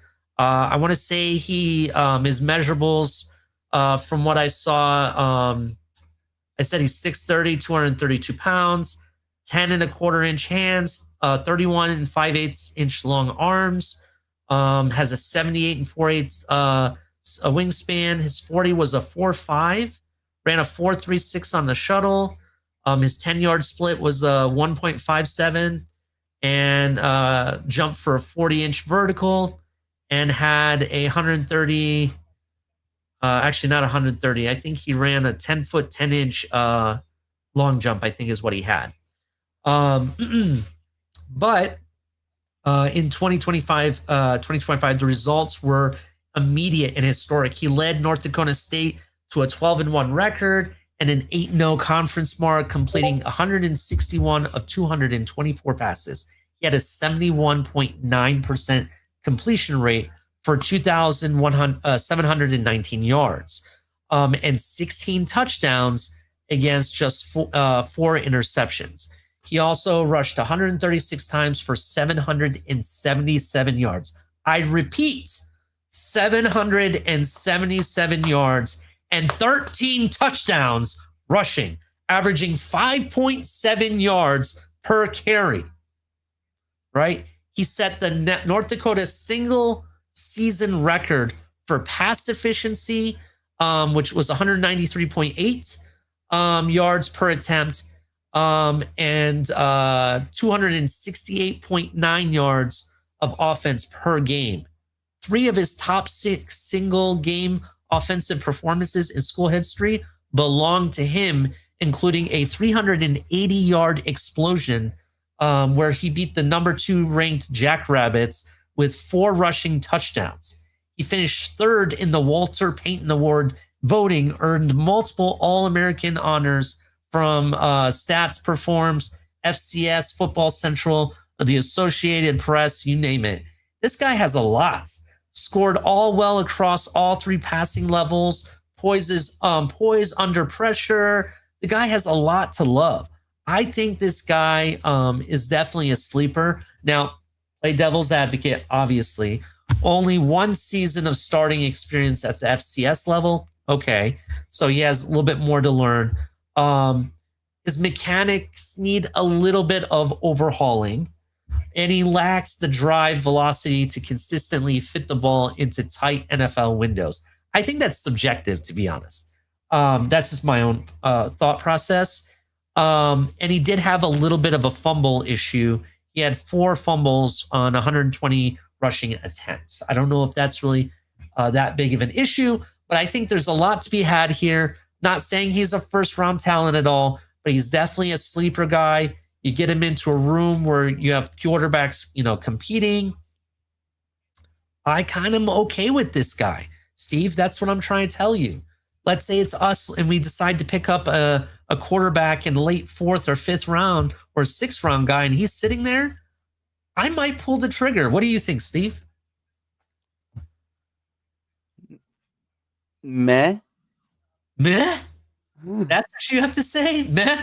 The guy ran for 777 yards, 13 touchdowns alone, not including his 16 touchdowns that he put passing, and you're going to say, meh? Really? 29 touchdowns. I get it. I absolutely get it. I get what you're saying, and I agree. There's potential, right? I have questions about his arm strength. I actually agree with that statement of I don't know if his arm is strong enough for those throws when it needs to be right in the middle. Oh, I have no idea if he has touch. Like his accuracy's good. It's a lot of backyard football. So much like with Drew Aller, right? So I can't say I like one and not like the other. Aller, let's be real, just real quick. And I don't mean interrupting you. I really apologize. yeah. But let's be real. Both Cole Payton, Drew Aller have Josh Allen type of athleticism. They're dual threat. No, he's a way better athlete than Josh Allen. Who is? Way better athlete. Cole Payton? Yes. Cole Payton ran a 4.5. Wait. You just said he's a way better athlete than Josh Allen, and you're going to say he's eh. Because I don't like him as a passer at all. I don't know if the arm is there. And that's the concern. Okay. Like, again, that's why I said meh. Like that's why he's a sleeper, though. He's not a guy that these guys I have on my list, my 5 sleeper guys that I have, are all gonna give you some I just don't know vibes. Like you think he has something, but you just don't know, and that's what makes him. So that's why I think he fits the bill. But I guess I shouldn't be really arguing with you because, to be 100% honest, I don't believe he's a first round guy. If I really believed in this guy that much, he should be in the first round. Yeah, I just don't think so. I don't think but, he'll go. I don't think he'll. I think he's a UDFA. I don't think he's going to be drafted. UDFA? Yes. Okay. All right. We shall see.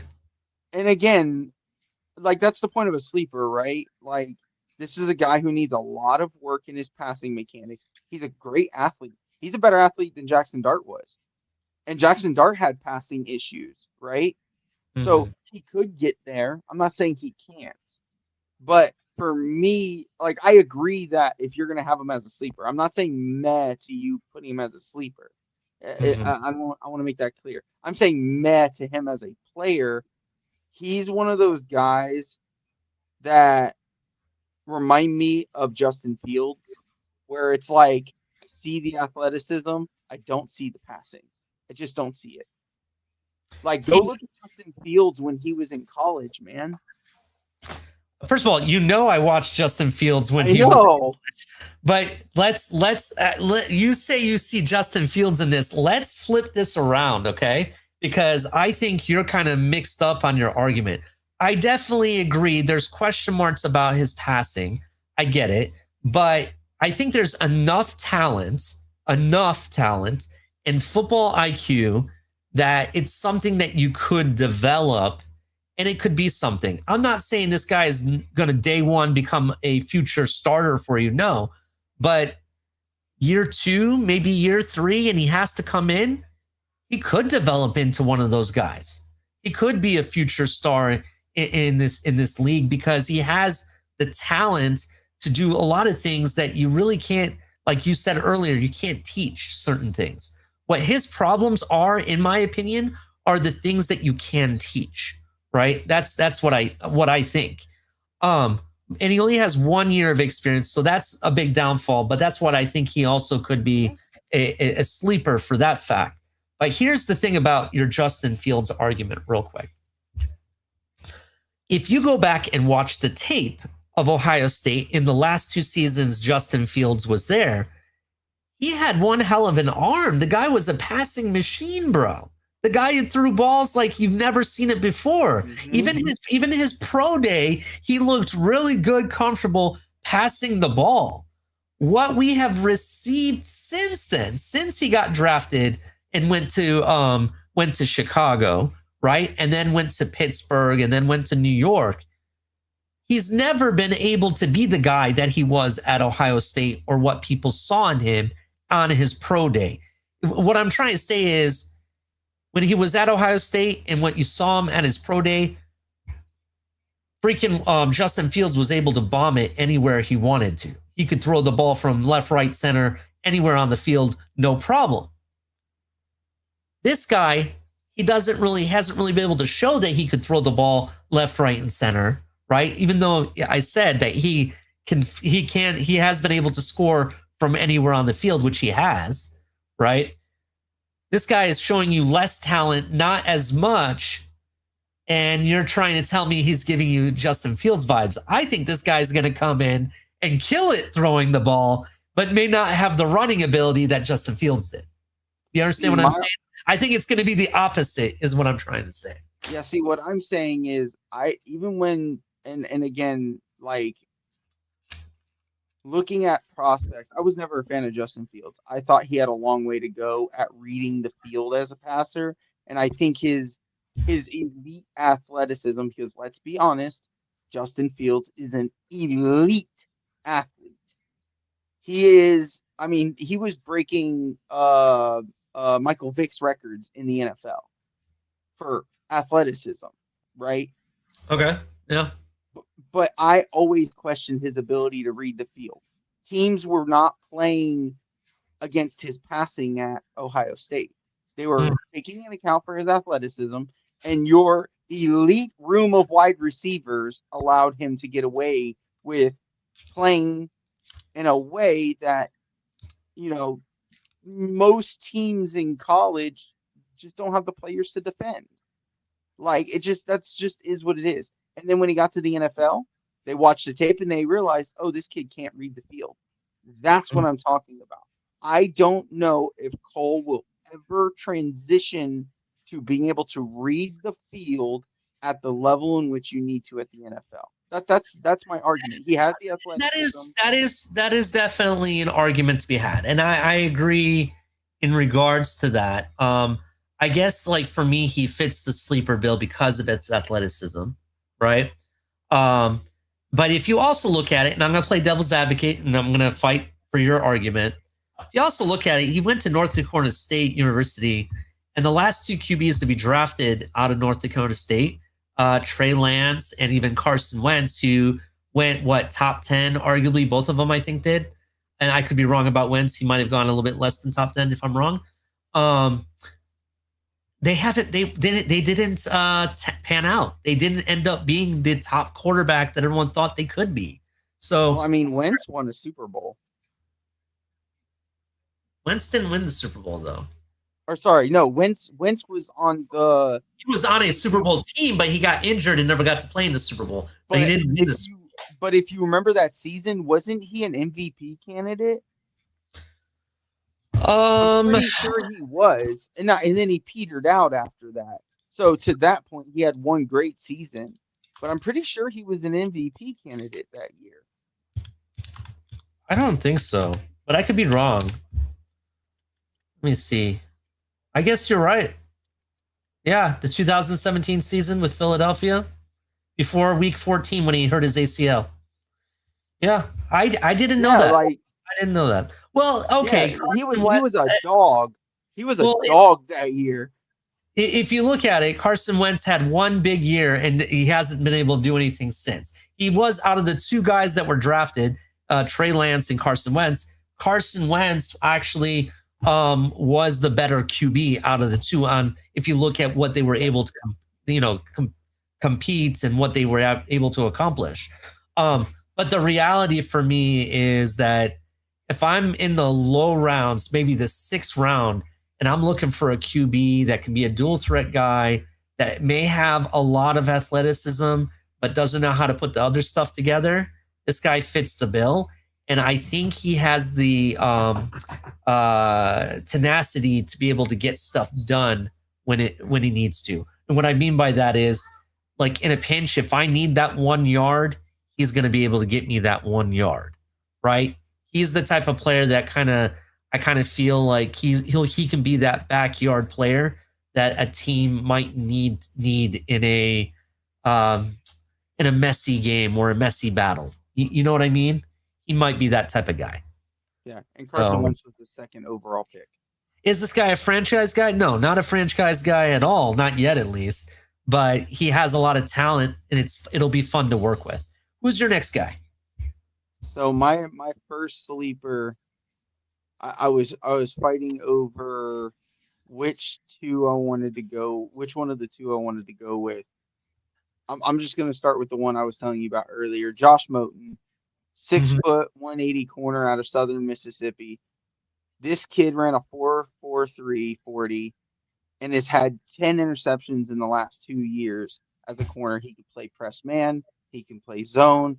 That his issue is he needs to learn how to catch interceptions because he should have 16 plus in the last 2 years. You're talking about a kid who's probably going to be a day 3 guy, early day 3, late day 2 guy that nobody's talking about whatsoever. I don't know why they're not talking about him. His ability to anticipate routes, get his body in the right position to make a play on a ball. He's really good. I really enjoyed watching his film. Yeah, it'll be interesting. I have to watch more of his film. I didn't really watch any of his film, to be honest, Steve. So that's somebody I'm going to have to mark down. What school did he go to? Southern Mississippi. He was there for the last year. I forget where he was before that. How do you spell the last name? I want to put him on my list. Moten, Moten. Moten, Southern Mississippi. Yeah, so he started at Texas A&M, went to Marshall, and then Southern Miss. 6 foot? Yeah, 6 foot 185. I'll add him to my list to watch. Yeah, that's someone that's interesting. I don't have very much to say beyond that because I didn't watch him, unfortunately. So, but that's the point of this. Definitely. So my second guy, how do I explain why I liked him? I think he's a guy with grit, and I saw him play in some games, and I'm like, holy crap, there's something to be had there. And I think he gained a lot of respect at Georgia Tech, and that's Haynes King, the quarterback. He's an electric runner, dual threat with legitimate sub 4.5 speed who can run and turn broken plays into explosive gains. You talked about backyard football. This guy can do some of that. He's quick twitch athlete, throws absolute dimes on the move. One of the best best throwers while moving was what I touted him with. Natural born leader. His leader skills are really good. Clutch gene runs through his veins, extends plays, had a hell of a career in Atlanta, to be honest. He's a Texas native, discovered his calling in Atlanta, where he carved out a legacy as one of the ACC's most dynamic dual threat quarterbacks. King's 2023 breakout campaign put him in a rarefied air joining LSU's Jaden Daniels is what they compare him to, which is surprising. Let's see. He was one hell of a signal caller. He eclipsed 2,800 passing yards, 25 touchdown passes, 700 rushing yards, 10 rushing touchdowns. That production earned him a honorable mention, all ACC honors, and an unwavering respect of teammates who voted him as a permanent captain. You talked about guys like we just got done talking about Cole Payton, right? And you talked about his ability to throw. Well, this guy, I think, has all of that ability to throw. He does have athleticism to run too, right? But I really like this guy's leading ability. I think that if you're a team and you're looking for a backup quarterback and a guy that you could throw in and he could probably win you a couple games, this is the guy you want. Haynes King is the guy. And why I say he's a sleeper is because he's borderline a guy that could be your starter, but also could be your backup and who's your like clutch finisher, if you want to call it that. I could definitely see him being that kind of a guy for a team. I love what I see from Haynes King. I like his tape. Like I said, one of the best passers while running, and that's something that's really hard to do. And he throws dimes like very easily. So I like Haynes King. Check him out. Check him out his tape. What do you think? The only thing I remember about Haynes King, wasn't he a 4 or 5 star prospect? He was like the guy. I remember when he was going into college, he was being talked about as the guy, and he's old too, isn't he? Like 20, 25? He Something is like that. older. I think you're Yeah. right about his age. Let me pull him up here real Again, quick. I didn't watch a lot of Haynes King, so I can't talk about a whole lot about him. But what I do remember was It depends this. what it just about your first thing. I want to address that first. The star rating. It depends on who you spoke with, because like Rivals, they only had him as a 3-star athlete, to be honest. But Okay, you look at 247 Sports or ESPN, they had him at a 4-star, and he wasn't the number one guy. He was like ESPN had him 8 overall, number 3 in his position. okay. You know, I he just remember people talking him up because a lot of the comps I kept hearing was Aaron Rodgers. I don't know if it was because they're a similar height at 6'2" or whatever, but like again, I didn't watch a whole lot of Haynes King to say for a fact or whatever, but like I remember there being a lot of hype around him. And then during the combine, he actually had a pretty good combine, and people were talking about him. Well, I So think he was with Texas A&M for a while because he was in College Station before he got to Atlanta, right? And Texas QBs being from Texas, they're going to get a lot of hype. They always do. So I think that's part of it. For me, I like what I saw from this guy on the tape. He's still learning to read complex defenses, so that's still an issue for him. Accuracy sometimes is an issue. And he doesn't necessarily have the build. People are saying his weight is not enough. He's only about 215 pounds, is what people are saying. So I just liked what yeah, I saw on film. It was something exciting to see. And it'll be fun. Will it translate to NFL? Not as a starter, but as a backup, a guy that you could throw in. Every year you see a backup that comes in and just lights it up, and you're like, where's that guy been? I need him on my team for the teams that don't have a QB, right? He's that guy. He's going to be the guy that comes in and he can back up a Josh Allen, and you're not going to have to worry because he'll hold it down and get the game done for you, right? That's kind of the guy I'm talking about. So who do you have next? so I'm gonna reiterate something I brought up after the East West Shrine Bowl. Mason Van Ginkel Rager, 6'5". I think he's 262 set 265, 270. Dominated at the East West Shrine Bowl. He isn't being talked about because he had a year that I think he got hurt and he missed an entire year of college.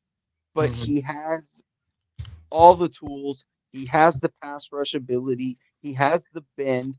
He reminds me so much of Andrew Van Ginkel when he came out of Wisconsin, and this kid is coming right out of Wisconsin.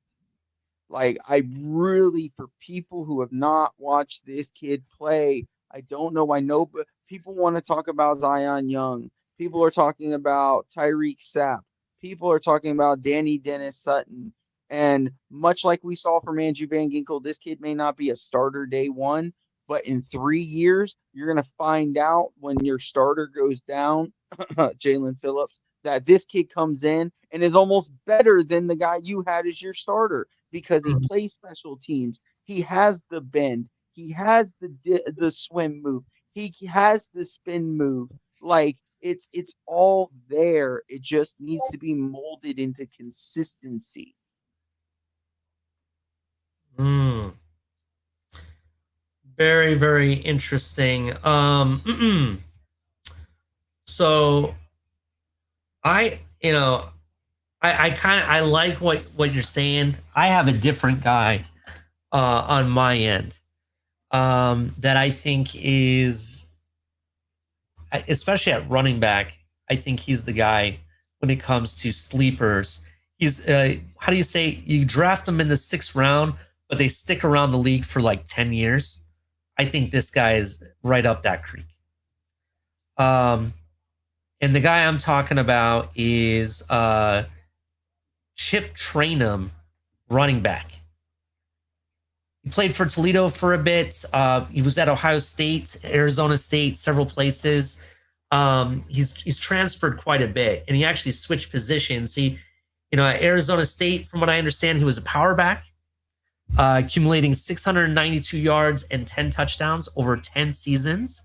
Then he transferred to Ohio State, and they saw him switch to linebacker of all things, but that was kind of weird.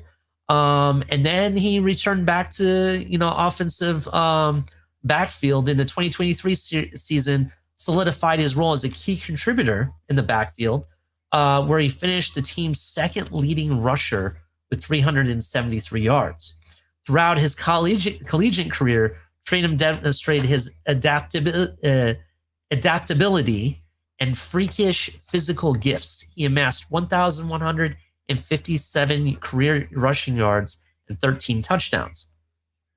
Now, what makes him interesting is that he's an elite athleticism. He shows elite athleticism, earning a spot on the Bruce Feldman's freak list with rare combination of size, 5'11", 233 pounds. He brings physicality to the running back room. In speed in the 4.3s, he's been clocked at running 22.2 miles per hour, right? He benched 415 pounds and a 650-pound squat. Talk about some strength, right? Demonstrates positional versatility, power runner, good vision, proven performer. His issues is he has limited experience as the full-time featured back. His pass blocking skills need refinement. I get that. And ball security concerns with fumbles are an issue, right? Some of those things I think you can coach out of someone. But if you could draft somebody in the 6th round and he could just be that running back that just does good enough to stick around your program for 10 years, this is that guy. And he does a lot of things really, really well.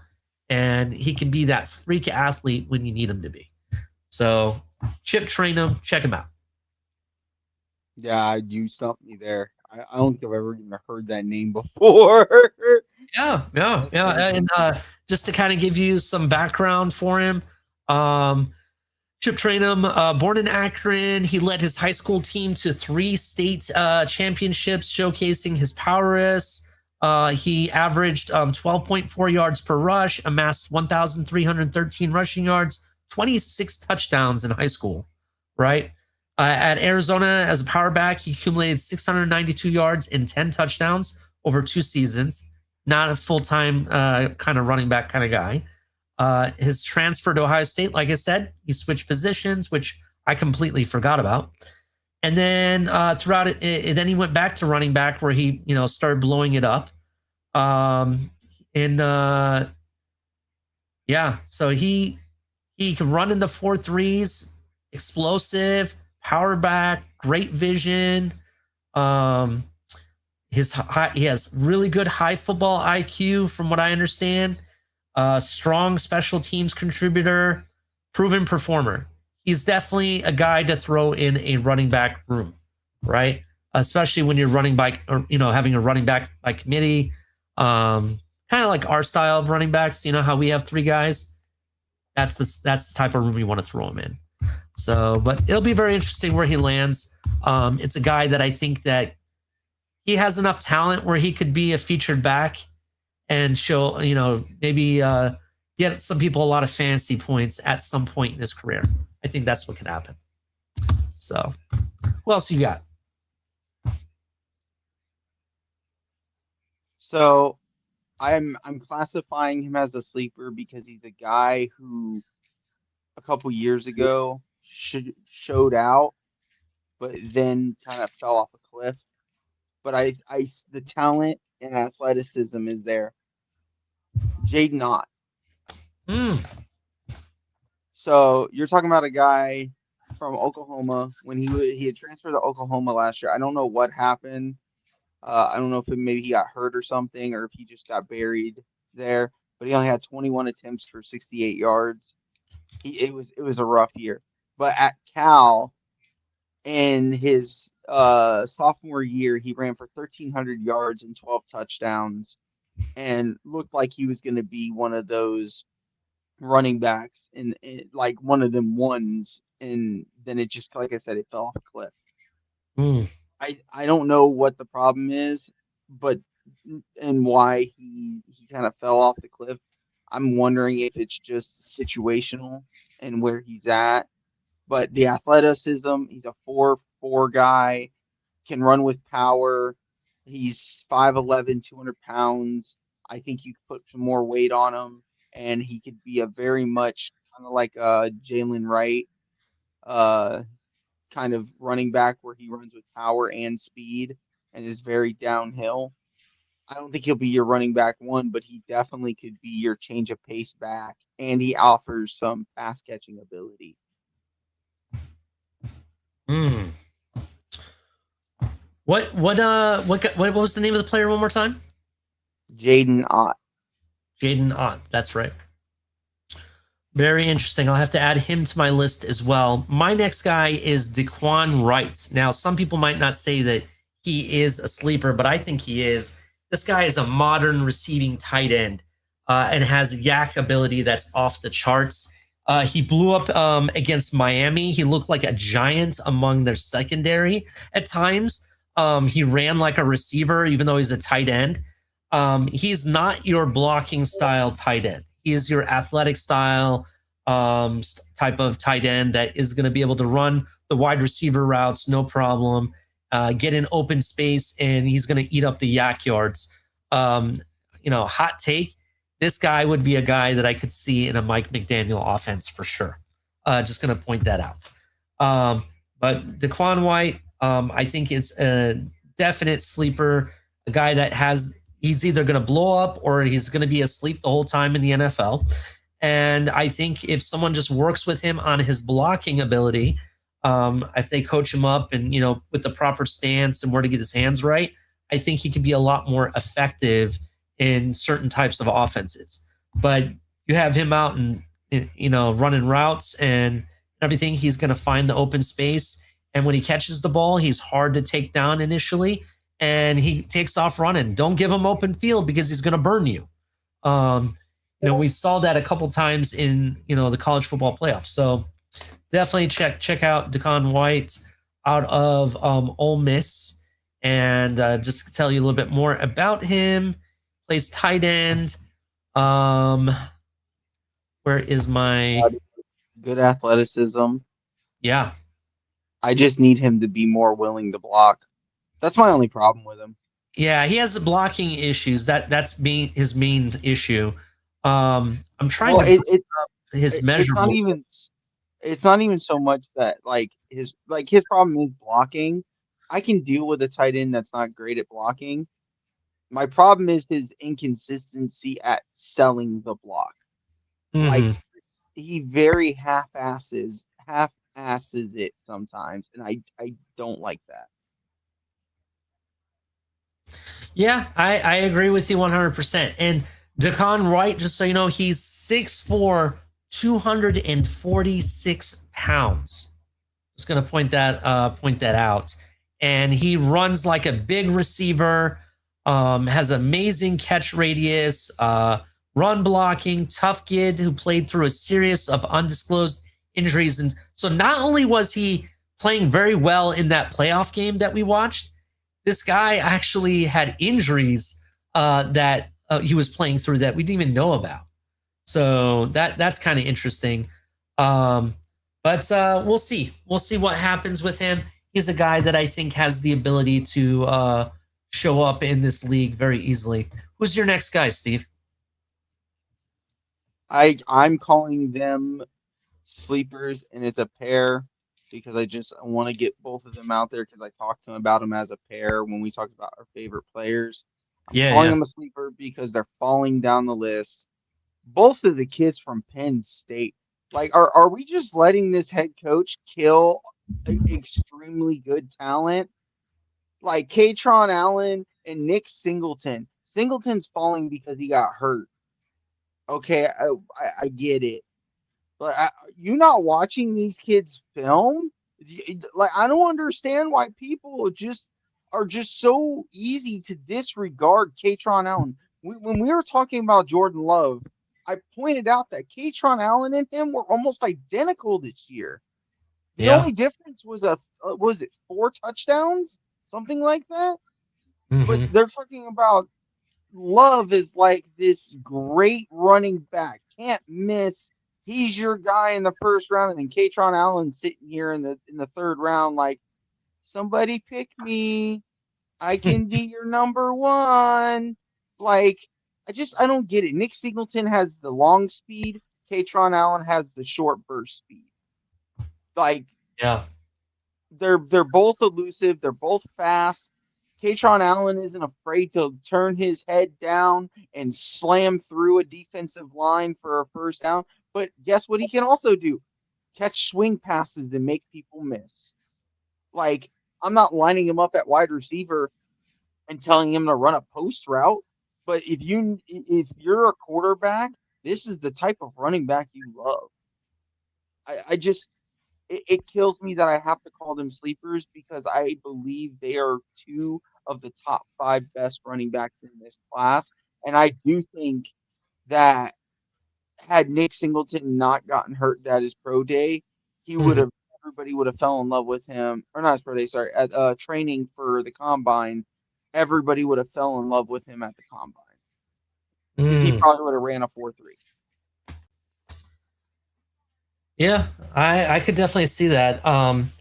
It's kind of, I don't know what happened at Penn State, man. They had all this talent, especially on the defensive side of the ball, right? They had talent, and it just felt like they really never maxed out. They never were able to get to what they should have been able to accomplish with all that talent. You know what I mean? Every year they had one of the best defenses, best offensive lines. They went and paid one of the coaches the highest paid ever at defense this past season, only to watch it blow up in their faces. So it's just really interesting. And They were literally one of the best teams in all of college in 2024. yeah, And just this disaster since it was losing to Ohio State, right? Like basically since that game. losing to Ohio State the year before, they had Or already sorry, the lost year several games. They already lost several games this season that we played them this past season. The game that really hurt them, I want to say, oh shit, who did they lose to first? Let me look that up. I'm well, no, curious. they were in the national. I'm not getting it mixed up, right? They were in the national championship against Ohio State, right? Not in the national championship game. No, They lost to Notre Dame in the Notre Dame. semifinal. That's what Uh, it was. That's right. yeah, and remember that was the game where it was so weird. You had one of the best QBs being Drew Aller, and you wouldn't let him throw the ball. They would not let him throw the ball. That Yes. was the issue. And I'm like, bro, if you don't throw the ball, you're not going to win this game. So, yeah, that was the end of Penn State. You know, after the Notre Dame game, people say, no, it wasn't until they lost to UCLA and lost to all these other teams. I think they also lost to Indiana and stuff. Whatever. But that was the downhill. That was the That's what I downhill was saying. fall. That's where it started, was the Notre Dame game. Especially since Notre Dame looked like it had a high flying offense against that team, because they were scoring it on demand. It was very fast paced in that first half versus Penn State. All right, so my last guy that I'm going to talk about is wide receiver. And this guy has speed, upside, and raw route tree. J. Michael Sturdivant, wide receiver, and I believe he played for Florida recently. He transferred around in California for a little bit. But this guy is 6'3", weighs 207 pounds, 9.5-inch hands and has almost 33-inch arms, right? And almost he has about a 78.5-inch wingspan, right? Runs a 440, however, has been clocked in the sub 4.3s. He has been clocked in the sub 4.3s. Let's see here. He was a wide receiver from UCLA. He brings impressive blend of size and speed to the NFL conversation. Like I said, he's 6'3", 205 pounds. His frame immediately catches the eye of scouts looking for a potential X receiver at the next level. So anyway, he transferred from Cal to UCLA in 2023. He quickly established himself as a key target in the Bruins offense. He appeared in 13 games, starting 10 of them, finished second on the team with 36 receptions, 597 yards, and 4 touchdowns. He had an impressive 16.58 yards per catch, ranked 6th in the Pac-12, showcasing his big play ability. He's the son of NFL player and nephew of Hall of Fame player Floyd Little, who excelled in both football and track in high school. His 4.38 40-yard dash time at UCLA speaks to the speed that made him a state-level sprinter in Texas, just so you're aware of that. Super athletic, impressive size, long strider, displays good body control, shows promise as a route runner with smooth breaks and ability to find soft spots, versatile enough to line up both outside and in the slot, giving offensive coordinators flexibility in formations, demonstrates willingness as a blocker, which is a must to me, and definitely has special teams experience. He does need to improve consistency in his hands. That's a little bit of an issue. Can struggle to create separation, which I don't know. I don't know if that's accurate. When I was watching tape, I need to see more of that on tape where he struggled to really define it. His route tree still needs to be a little bit developed, and despite his straight line speed, lacks elite short area quickness. So in the long run, he's fast, but not in the short area. Overall, I think this guy is a project developmental kind of guy, but he has some big play potential that could lead to something, and that's why he's one of my sleepers. I think he's going to be probably a late rounder, 6th, 7th round kind of guy, but he could definitely be productive in the right scheme with the right team. So that's what I think. What do you think of this guy? Do you have any thoughts on it? It's kind of funny. He would almost fit in the falling category too. This guy was being talked about as like a second Early round on pick. his career. Yeah, earlier on his career, he was very much talked about. And now he's sitting up as a sleeper, really. Yeah, well, even last year, they were talking about him being probably a second round pick, at least a day 2 pick. And now, like, people are talking about this dude falling all the way to the 6th round. Like, I don't get it. I see the athleticism. His hands are inconsistent, but I mean, he has the frame, he has the speed. It's focus drops. Like it's like he's trying to look for the big play and then he drops the ball. Like you just got to get him on the straight and narrow, and this kid could be a steal. Absolutely. I think he can definitely be a steal. But ultimately, when you look at him altogether, I think he's really just a classic wide receiver 3 with breakout ability. Like he could have a breakout moment and be a really good wide receiver 2 at the very most. That's what I think he has. But people were talking a lot about him at the time, and he kind of slid, unfortunately for him. So he could kind of be Jalen Tolbert. He could be the Jalen Tolbert. Yeah, maybe. Wide receiver 3 that nobody's paying attention to, and just out of nowhere makes one of the best corners in the league look stupid because he was underestimating him. Yeah. I definitely think he could be one of those guys for sure. Definitely. Mm-hmm. Yeah. So that was my list. Do you have anybody else? Any other sleepers? I got one last guy, and then just because It's somebody I've talked about before, and I really want people to go back because again, I don't know why nobody talks about him. Oklahoma right guard for Becky Nwewu. The kid is strong, powerful, angry at the point of attack. He's a damn good run blocker. He struggles in pass blocking, but it's all technique based stuff. You want to talk about adding Nigerians to the line? Like, here's another one of those guys. Just nobody's paying attention. It's just these guys that they're so good when at doing their job. And I'm not saying he's a great prospect. Like, I'm saying he's a good prospect, but he just does his job, and everybody forgets he's there. Mm. Yeah, very, very, very interesting. Yeah, I agree with you. This episode's been kind of fun. I have some people on my team or on my list that I need to read about because of some people that you brought up, and you made a lot of good points. The wide receiver is going to be really interesting because there's one thing I know about this draft is that there's a lot of athleticism on the wide receiver board. From top to bottom. You could argue that you could wait a little bit to draft someone in the later rounds at wide receiver and still get something productive. I still can't get over the fact that Denzel Boston is falling though. I'm seeing that on my timeline as we speak right now, and I'm sitting there like, I have this guy as one of the top 5 receivers in this draft. You know what I'm saying? I don't get it. It is what it is. People just don't know. But I just saw a report. The Miami Dolphins have requested him to their team headquarters for a meeting. So that will be very, very interesting what the Miami Dolphins do. 30 on the way.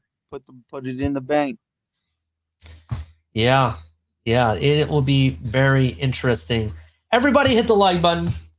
I hope this was a fun show. I had a lot of fun talking about the different players, and sleepers, the sinkers, and the climbers. It was a lot of fun.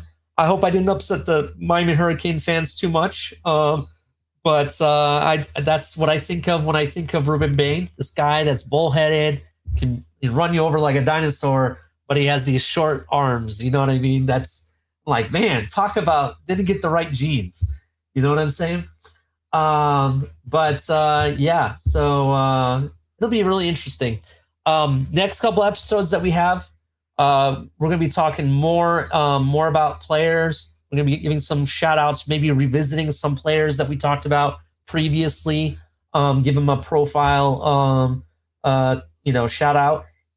We are also going to have 4th and 10 use first round NFL mock draft, and we're only doing it once. It'll be the Tuesday before the draft is when we talk about that, and that's where we give our final predictions. So check out the Tuesday before the draft. We will be live the entire NFL draft here on the 4th and 10 network, as well as TFTG. And stay tuned because I mentioned before they have kidnapped our friend Mystic, and we will be retaliating. So it'll be the biggest retaliation you've ever seen on TFTG. But yeah, we might just have to go walk over there, Steve, and take over their channel. That's what we're gonna have to do. And then we'll just run the show from now on. Just kidding. But no, stay tuned. There might be a 4th and 10 takeover on TFTG soon. So stay tuned for that. Hit the like button. What are your final thoughts, Steve? 1 week closer, as I keep reiterating. It's almost time. I can't wait. Yeah, I can't wait too. It's going to be a lot of fun. We're going to get to see who, what, where, and when, and finally see who picks who's going to be that number 2 pick. Hey, my thoughts on who's going to go to Tennessee. I mentioned it here on the show. I've seen a lot of mock drafts now have that person going to Tennessee, by the way. if you know who I'm talking about. Yep. Yeah, so stay tuned for that. Everybody hit the like button. We'll see you next time. Make sure you subscribe if you're brand new, right?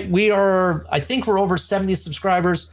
We need to get to 100. Once we get to 100, we're going to have some giveaways to some lucky subscribers. Everything from some cards, a hat of your favorite college football team will be given out as a free giveaway.